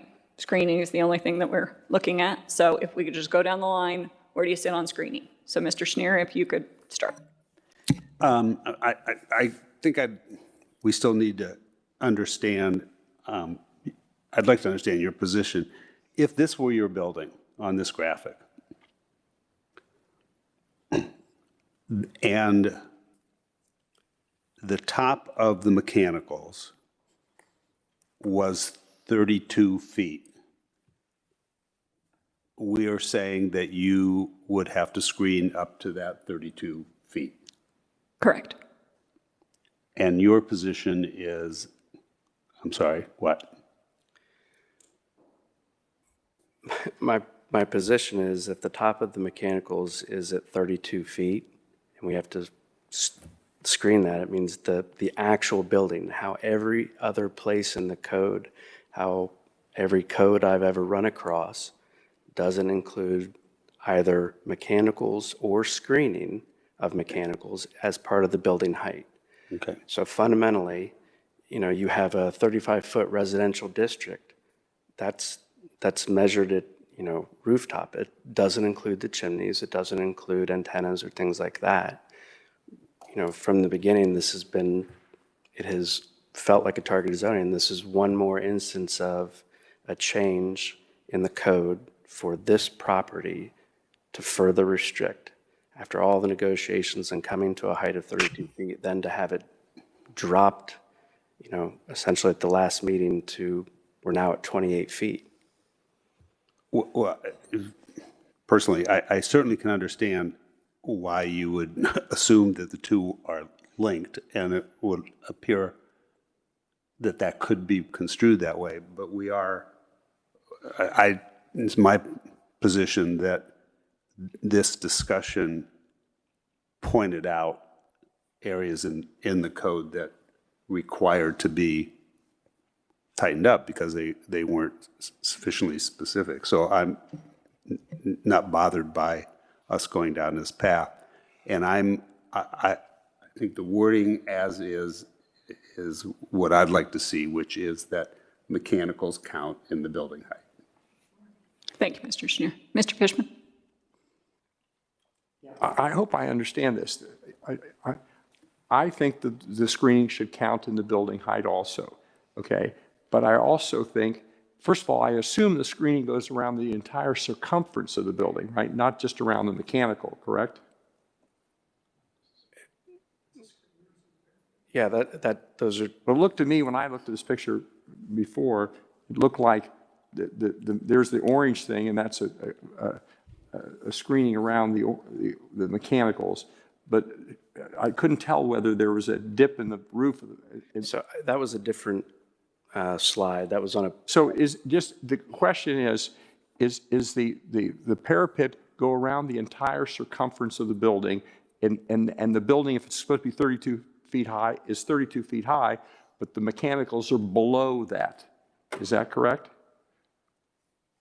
It depends on the building. So in this instance, this is not showing a parapet that is to the full height of mechanical. So this other example that we showed shows an option where the parapet would fully screen all the mechanicals. But in the instance they wanted to do a flat roof, they have to screen the mechanicals, and the height of that screening is counted in the total. So that then penalizes a property owner in that your overall building height is decreased. So I guess we'll encourage slope roofs. That's the mechanicals. I know that's mechanical. That's what bothers me. Okay. In other words, I'm going to look at a square building, and I'm going to look at this thing sticking up, this box that's screening the mechanicals, is what you're saying, right? In other words, this orange box is going to sit on the top of the building, and that's going to be higher than the edge of the roof. Correct? It could be, yes, it could be. I mean, Then it's really not screened. I mean, anybody in their right mind knows those are the mechanicals sitting up there. Okay, so if it would be screened. So I mean, if you didn't have that screening around it, you would just see the mechanical in this sense, which is, this is typical of how we would do other flat roof screening, is very similar around the city, where you would have your mechanical and then you have a screen wall around it. In some instances, it is integrated in a more architectural way in that you have the gabled roof with the pitch and there's a well in there. That would be an but option. you can do it. Yeah, if you're looking at a class building that happens to be a flat roof building, okay, that you don't see a flat roof with a square jumping out of the middle of the roof where we know the mechanicals are. The entire walls of the building go up as high as the mechanicals do, and that we can call that a parapet if you want to, but the roof sits down to cover the mechanicals. I was just in a hotel the other day, not the other day, a couple of weeks ago, where I looked at that because I knew, and the way it is the roof sits down below the walls. The walls go up, and that wall, you could call that a parapet, right? Okay, and that's the attractive way to hide the mechanicals. Not that it matters that I do. Okay, and so we would be happy to do. Why don't we make the code like that you can't see the mechanicals from the street? I think we wouldn't object to that if we hadn't so completely reduced the height to 32 feet. All right, we're not objecting to putting a parapet or having architecturally pleasant screening of the mechanicals. Our objection is the inclusion of the screening counts towards the building height, which is not found anywhere else in Dublin's code. Right? It's really this property. So this property we feel is being penalized, and with the inclusion of screening as part of the building height, we have essentially dropped to 28, 27 feet instead of the agreed to 32 feet. And I would clarify that that's only if you choose one roof type. So in the interest of moving this along, I do want to make sure that you have opportunity to express any public comment, for lack of a better term. I believe that we have understood, the two items that you would like us to reconsider this evening. But I'd like to, if there's nothing else, I'd like to go on to have the commission continue on and make a couple of motions this evening. So Mr. Fishman, we'll pick back up with you, and then we'll continue on. I'm fine. We're just talking about the roof thing. Okay. Do you want me to make a motion about the roof? No. We're just, I think. We're finished with the roofs now, right? I think we're going through and making all of our individual comments, and those could include the roof, so we could continue. Okay, I'm pretty much finished. I guess my opinion is that we need to hide the mechanicals, okay? Agreed. And we need to hide them not with a box on top of them, but a parapet around the building that's higher than the mechanicals, however they want to do that. Wonderful. Thank you, Mr. Fishman. Ms. Fox. There's a variety of ways to hide mechanicals architecturally without losing height, I think. There's been a lot of discussion about the actual maximum limit of foot height, and I think that was agreed upon. So I think that to me, hiding the mechanicals is appropriate. Hiding it within the agreed upon height is appropriate, and find a roof style to do that. I think that you're not going to lose. The mechanicals don't take up the whole roof, so I think you're going to get as much height as you want, just except for a small place with the mechanicals. So I'm not for changing it. Thank you, Ms. Fox. Mr. Grimes. So you're saying the language is consistent with the Bridge Street Code? Is that what you said? With the exception of the maximum height, including the screening. You're for having a box. The ground level language is consistent. But the addition The measurement of of height is not. The addition of the sentence that says the height of the roof-mounted screening shall be included in the total maximum building height, that is different than anywhere else in the zoning code. And do you find that to be administratively burdensome? from one area to another? No, because there's lots of specific standards that are, again, it was just more for context, just for your all's awareness that this is different than elsewhere. I'm But fine with the wording then. Mr. Way. Is this something that a variance could be asked for at the time of approval? yes. I'm okay with the code as written. Thank you. The only thing I have to, I don't like one-offs. So if we, as a commission, and if the city wants to measure building heights as building heights, we come up with specific definitions so that it's easier to administer, so that we don't have to remember who's who. You know, staff does a great job at giving us different things, but I do think that consistency is good. And so the last time we saw this, that 32 foot, not opposed to. 32 feet, including the mechanicals, I'm not opposed to the concept. I don't like the language because it makes it a one-off. If the commission says that we would like to consider building height and include mechanicals, I would recommend that we ask staff to prepare what that would look like for the rest of the city so that we can sway in that way, in that same vein across the entire city. Otherwise, you know, it just makes it, you call out, no, it's not harder to administer because it's all documented. But I think that's only because it's all documented. And I don't want to put words in your mouth, but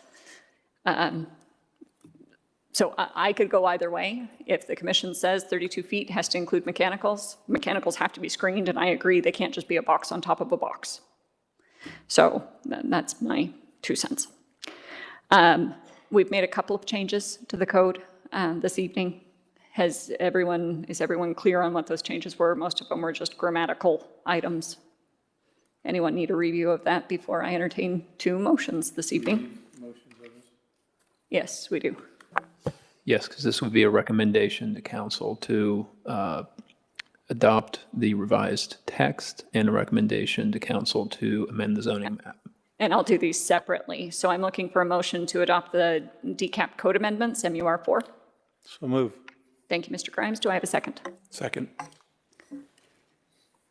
Clarification, that is the code amendments as they stand, which include the building heights, that include the mechanicals and screening, seeing head nods. And they will include the grammatical or typographical revisions noted. Correct. Then Ms. Beal? Mr. Schneer? Yes. Mr. Way? Yes. Ms. Fox? Yes. Mr. Fishman? Yes. Ms. Call? Yes. Mr. Grimes? Yes. All right, I will entertain another motion. This is DCAP area rezoning MUR4 21-087 ADM administration request. So move. Second. I have a first and a second, again clarifying that this includes those items discussed this evening. Ms. Beal? Mr. Fishman? Yes. Mr. Grimes? Yes. Ms. Call? Yes. Mr. Way? Yes. Ms. Fox? Yes. Mr. Schneer? Yes. Thank you, Ms. Beal. Would the commission be in support of looking at what it would look like to make the code consistent across with building height inclusive of mechanicals? Staff, could you prepare some type of presentation that would, thank you. All right, thank you, gentlemen, for attending this evening. Thank you for your patience. I know this has been a long road and lots of meetings on your side, so thank you for your patience. All right, case 5, residential development standards, 21-152 ADMC, administrative request. This application is a request for an introduction to consider updates to the residential development standards, including the minimum requirements applicable to new residential developments. Ms. Holt, welcome back. Thank you, Ms. Call, and good evening, commissioners. This is a summary of the memo that's in your packets. It's dated the 7th of October, and just the purpose is just a brief explanation of next steps, a request for information from the commission, and the identification of roles and tasks for this project.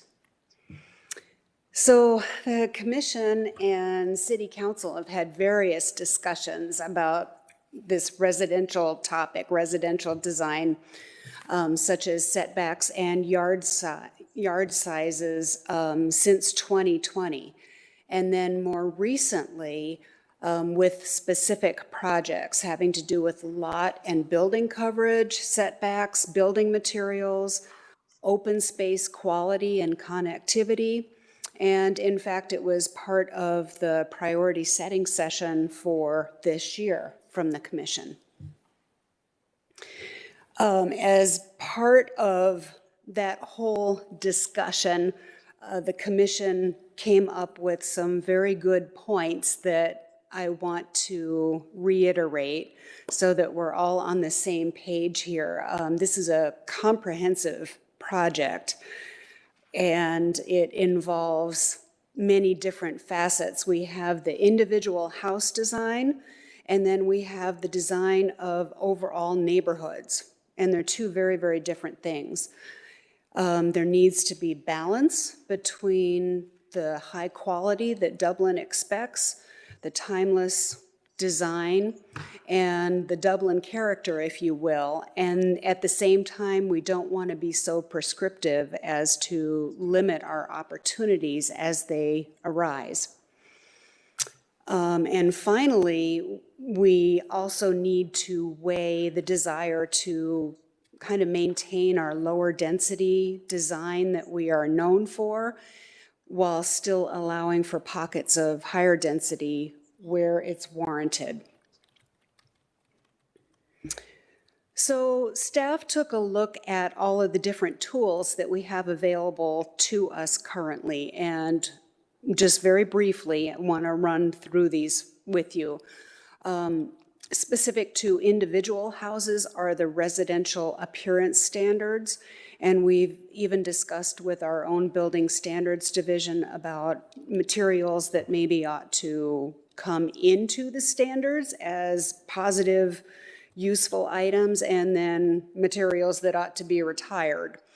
We also did an analysis of our codes and various resolutions, and these are specific to entire projects, entire residential projects. And we found the lot and yard space requirements in our code, the PUD, the planned unit development requirements, and then also our conservation design resolution from 2004, which was really meant for the wet edge of development, if you will, along the western edge of the city. And summaries of all of that have been provided in your memo.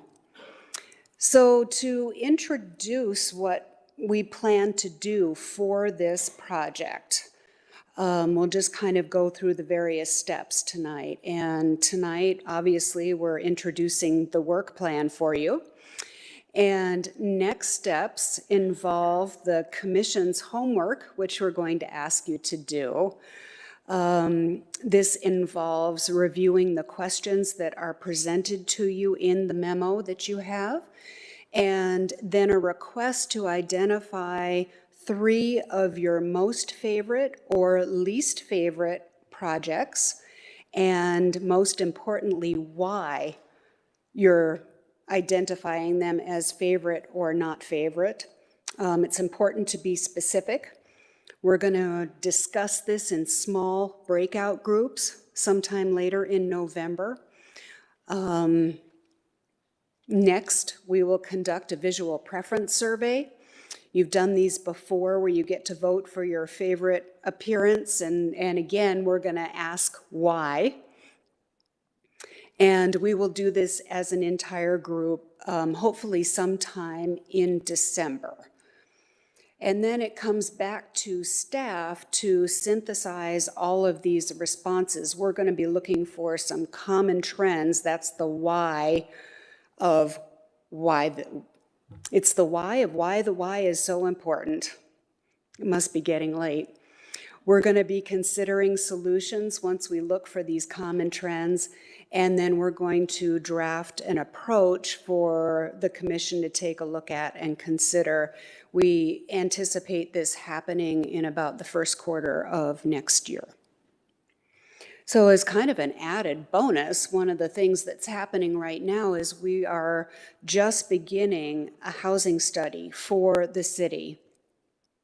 And we're looking at specific housing goals, needs, and opportunities. And hopefully we will have a contract and a notice to proceed with a consultant sometime in December. This is a separate project, but it really could dovetail with some of the things that we're trying to accomplish with this project. So our requests for you tonight are there any considerations that you especially want to add in or that we may have overlooked? And then secondly, to have the commission confirm our approach, and we'll get started on this important project.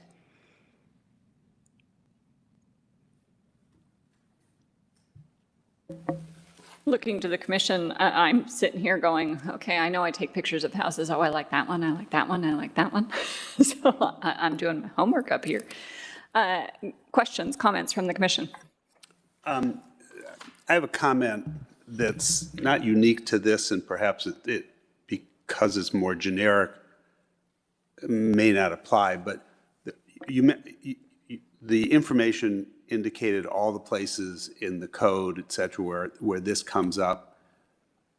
And that's just sort of generally problematic for these issues as well as other issues, because when an applicant is trying to conform, there's so many places to go, you know, where a specific provision might be referenced. So, you know, lot size or setbacks, you might find it in one section and then in another section. They may not be in conflict. In fact, we hope they're not in conflict. But if through this process there was an opportunity for us to provide better pathways for applicants to say, okay, here's where I find the information to meet this requirement, especially these types of very objective where it's number of feet from X or not to exceed Y. So that's my overall comment. Great point. Thank you. Thank you, Mr. Schneer. Okay. I think consistency is important. Consistency is important. About, so I'm fine for now. Thank you, Mr. Fishman. Mr. Way. There's a lot of resources out there that talk about housing. And I don't know how, I'm sure the city has tapped into organizations like the National Association of Home Builders, who have documents and case studies of all the types of housing that are occurring across the United States. It would be good to tap into that to see what's happening nationally, one, and two, maybe more Midwest regionally, because you know there's a difference of what region you're in and what people are building. But that would, I think that would give us a really good kind of like notebook of everything that's out there and what people are doing. And you know, there's developers all over the place that are testing new things. Everyone's trying to get more density because they want to make more money, but they're doing it uniquely. And I think, you know, I think there's tons of room for opportunity of doing things differently in Dublin if we knew what the opportunities were. So I think some of that research, not just us using our brains, but I was even thinking, could we get somebody from that organization to come out and speak to us? Or maybe there's somebody locally that's a member that might have access to that information. Ms. Fox? Yeah, you know, I absolutely agree with you. I think that we need to flip the study upside down. Instead of looking at what we're doing or what we like in the city, let's just leave it alone. I mean, there's so much other great housing happening outside of the city that we've been begging for, but we don't know what it looks like. I keep going back to pocket neighborhoods. That's high density with the most beautiful surrounding natural environment, meeting all of the check boxes that says social connection, connection to the landscape, beautiful, pedestrian friendly, not auto oriented, and it looks like a little cottage in the woods, kind of. But we don't get any of that. I would give away density for that. I think that if we come back with some inspirational images of stuff that's happening all over, you're right, that's one. And then secondly, I know we'll do a housing study, and I don't know who they'll speak to, but I would love to have, not developers come in here, but a few realtors come in here. What are people looking for? Real estate agents. Real estate agents. What are they looking for? What are seniors looking for? What are young families looking for? What are workers looking for? Because they know every day. And what's their, not that it's about affordability, but it at least can be thrown into the pot of understanding of what some things are. But it is about affordability. Well, it And I is that think- too. And everybody thinks badly of affordability, but affordability in Dublin is getting really difficult. Yes, And it we is. don't want to price ourselves out of a market that keeps this community diverse and have young people and families and all that. So I think You're right. that needs to be part of this discussion. Right. I was at Lakeside in Marblehead this past weekend, and the cottages are darling. They're only like 1,600 square foot, but they're livable, and it's a walkable community. And I'm not saying we recreate that, but I'm just saying that there are styles of houses that are affordable to build, that are lovely, and that you can put densely on a partial. So, and then the other thing is, I'd be very curious to know what's left in the city zoned residential and how much of it there is, because we could beat ourselves up on this and there could only be 6 partials left for all I know. I have no idea. So There I'd could like be to some know land that. along Emerald Parkway What's that? some land along Emerald Parkway could be available. That's right. Now we'll turn the commercial into more residential. But so I would like to learn that. And then the other, let's see. I absolutely do think, though, that the things that we come up against, which is this density, this lot coverage, there is this strong opinion by almost anybody you talk to that Dublin is a green community. And the relationship between the natural environment and the structural house is probably paramount. And to me, it's about finding out how we can be inventive and not lose our Dublin environmental look, you know, that's so high quality. Because I don't think it'll be timeless if we can do that. So the only thing that I would add is we're not always looking at those developments as a whole in the past tense. So a lot of times, you know, we see applications all the time that come forward and they say, hey, we want these lots. They're going to be 8,000 square foot lots. And, you know, we're going to have some that are 6,500, but we're going to have some that are like 12,000. Well, 12,000 is just barely over a quarter acre. How many areas in the city do we have acre lots coupled with those 8,000 square foot lots somewhere else? So if we could do let's go to the 30,000 foot overview and this community, if we were to see it today, this is what the application would look like. I keep going back to, you know, Muirfield's hard to do because it's huge, but I'd like to see it. Things like, what is it called? Donegal Cliffs. Things like Donegal Cliffs. Yeah. Things like that we can just say, okay, if we were seeing this today, that 30,000, and we're not looking for, okay, we need all of the detail and the nitty gritty. We're looking at the concept plan type, where this is how many acres, they're going to be this size lots to this size lots, so that we can see how that compares. How many applications do we get that are the exact same thing? And the affordability question, it's almost laughable when they come in and they say, Dublin needs, you know, inexpensive housing, and we're going to bring forward this, you know, townhome property, and they're going to start at $425,000. And I sit there and think, how much of Dublin has $425,000 single-family homes on a quarter acre versus this postage stamp that we need, this affordable housing that is the same cost as a single-family home over in a lot of our neighborhoods. So that 30,000 foot overview would really be helpful to me personally, because I see the swing of PUDs.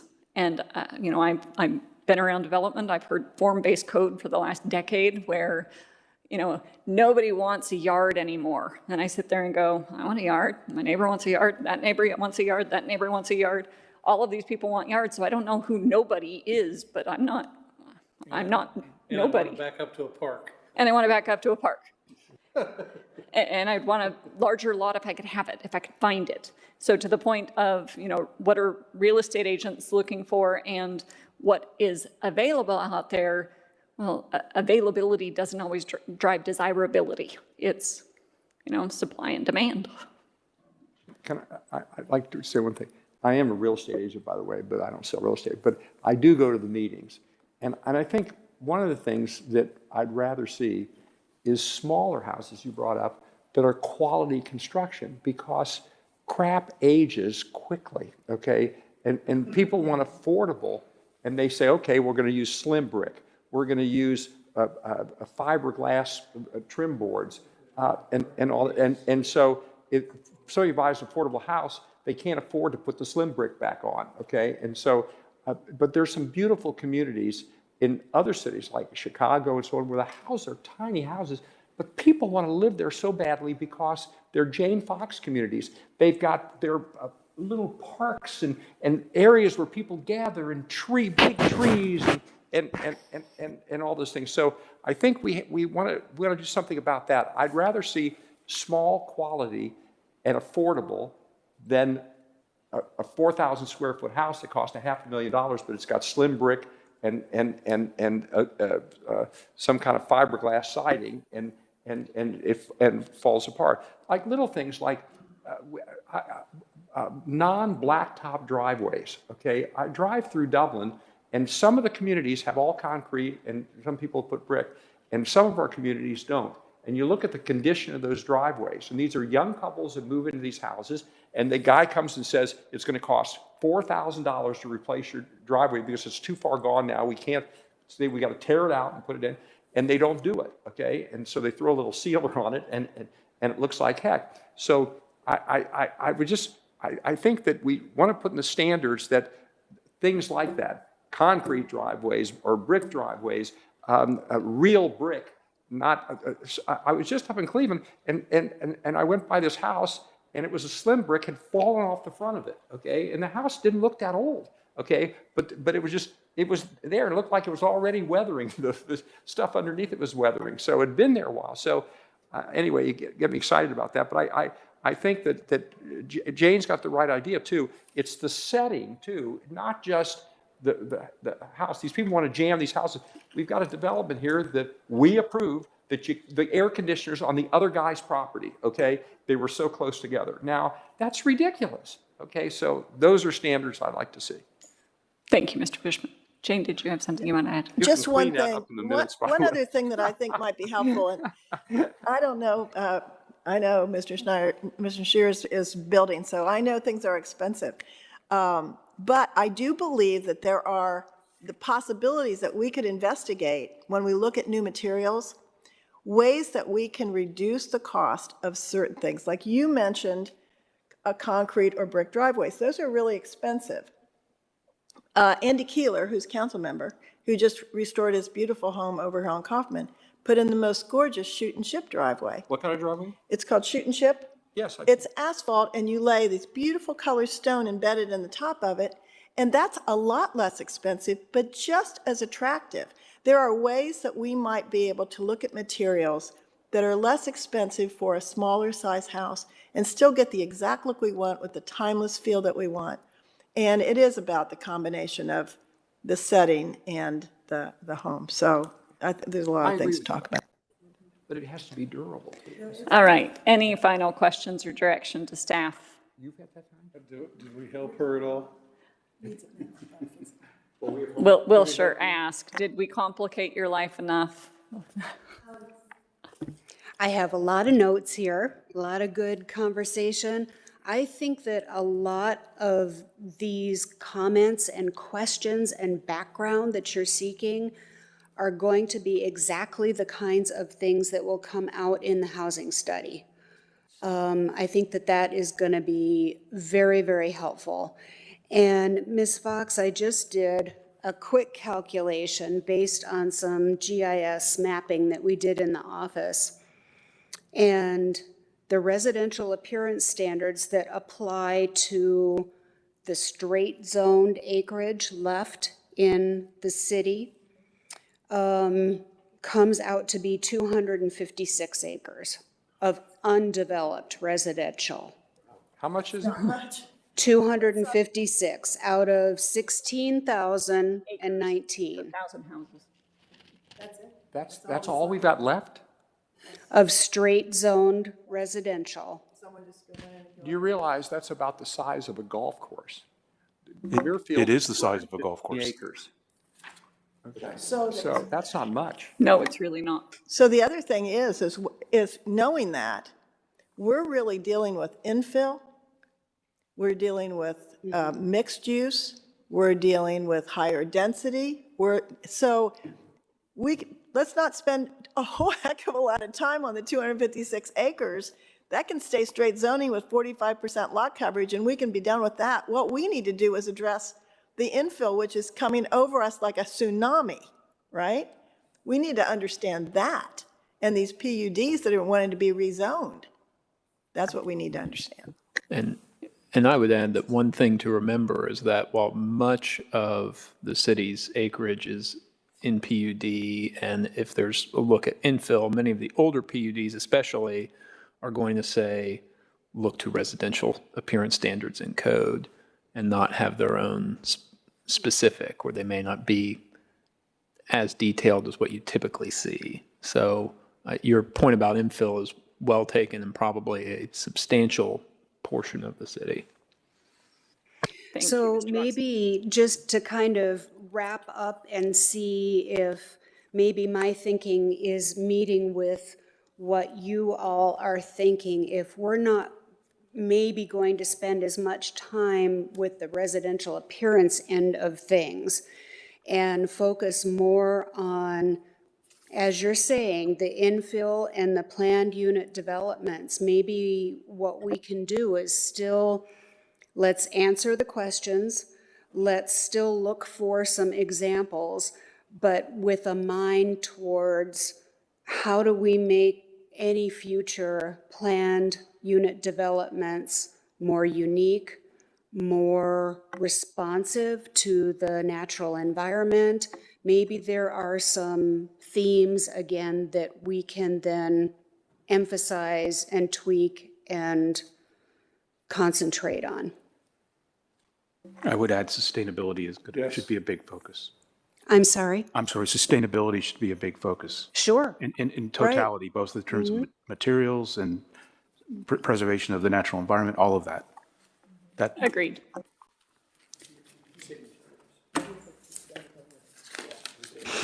And he said materials also.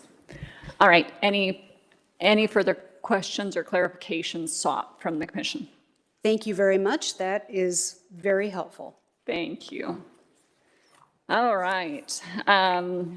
Assuming we've received no additional public comment via the web in the last few minutes. Is that accurate? Thank you. All right. Moving on to communications. Is there anything from staff for communications? Seeing nothing from Ms. Roush, anything from the Planning and Zoning Commission? All right, well, ladies and gentlemen, I will then adjourn us for this evening. Thank you for joining with us. It's always lots of fun, so thank you for your time.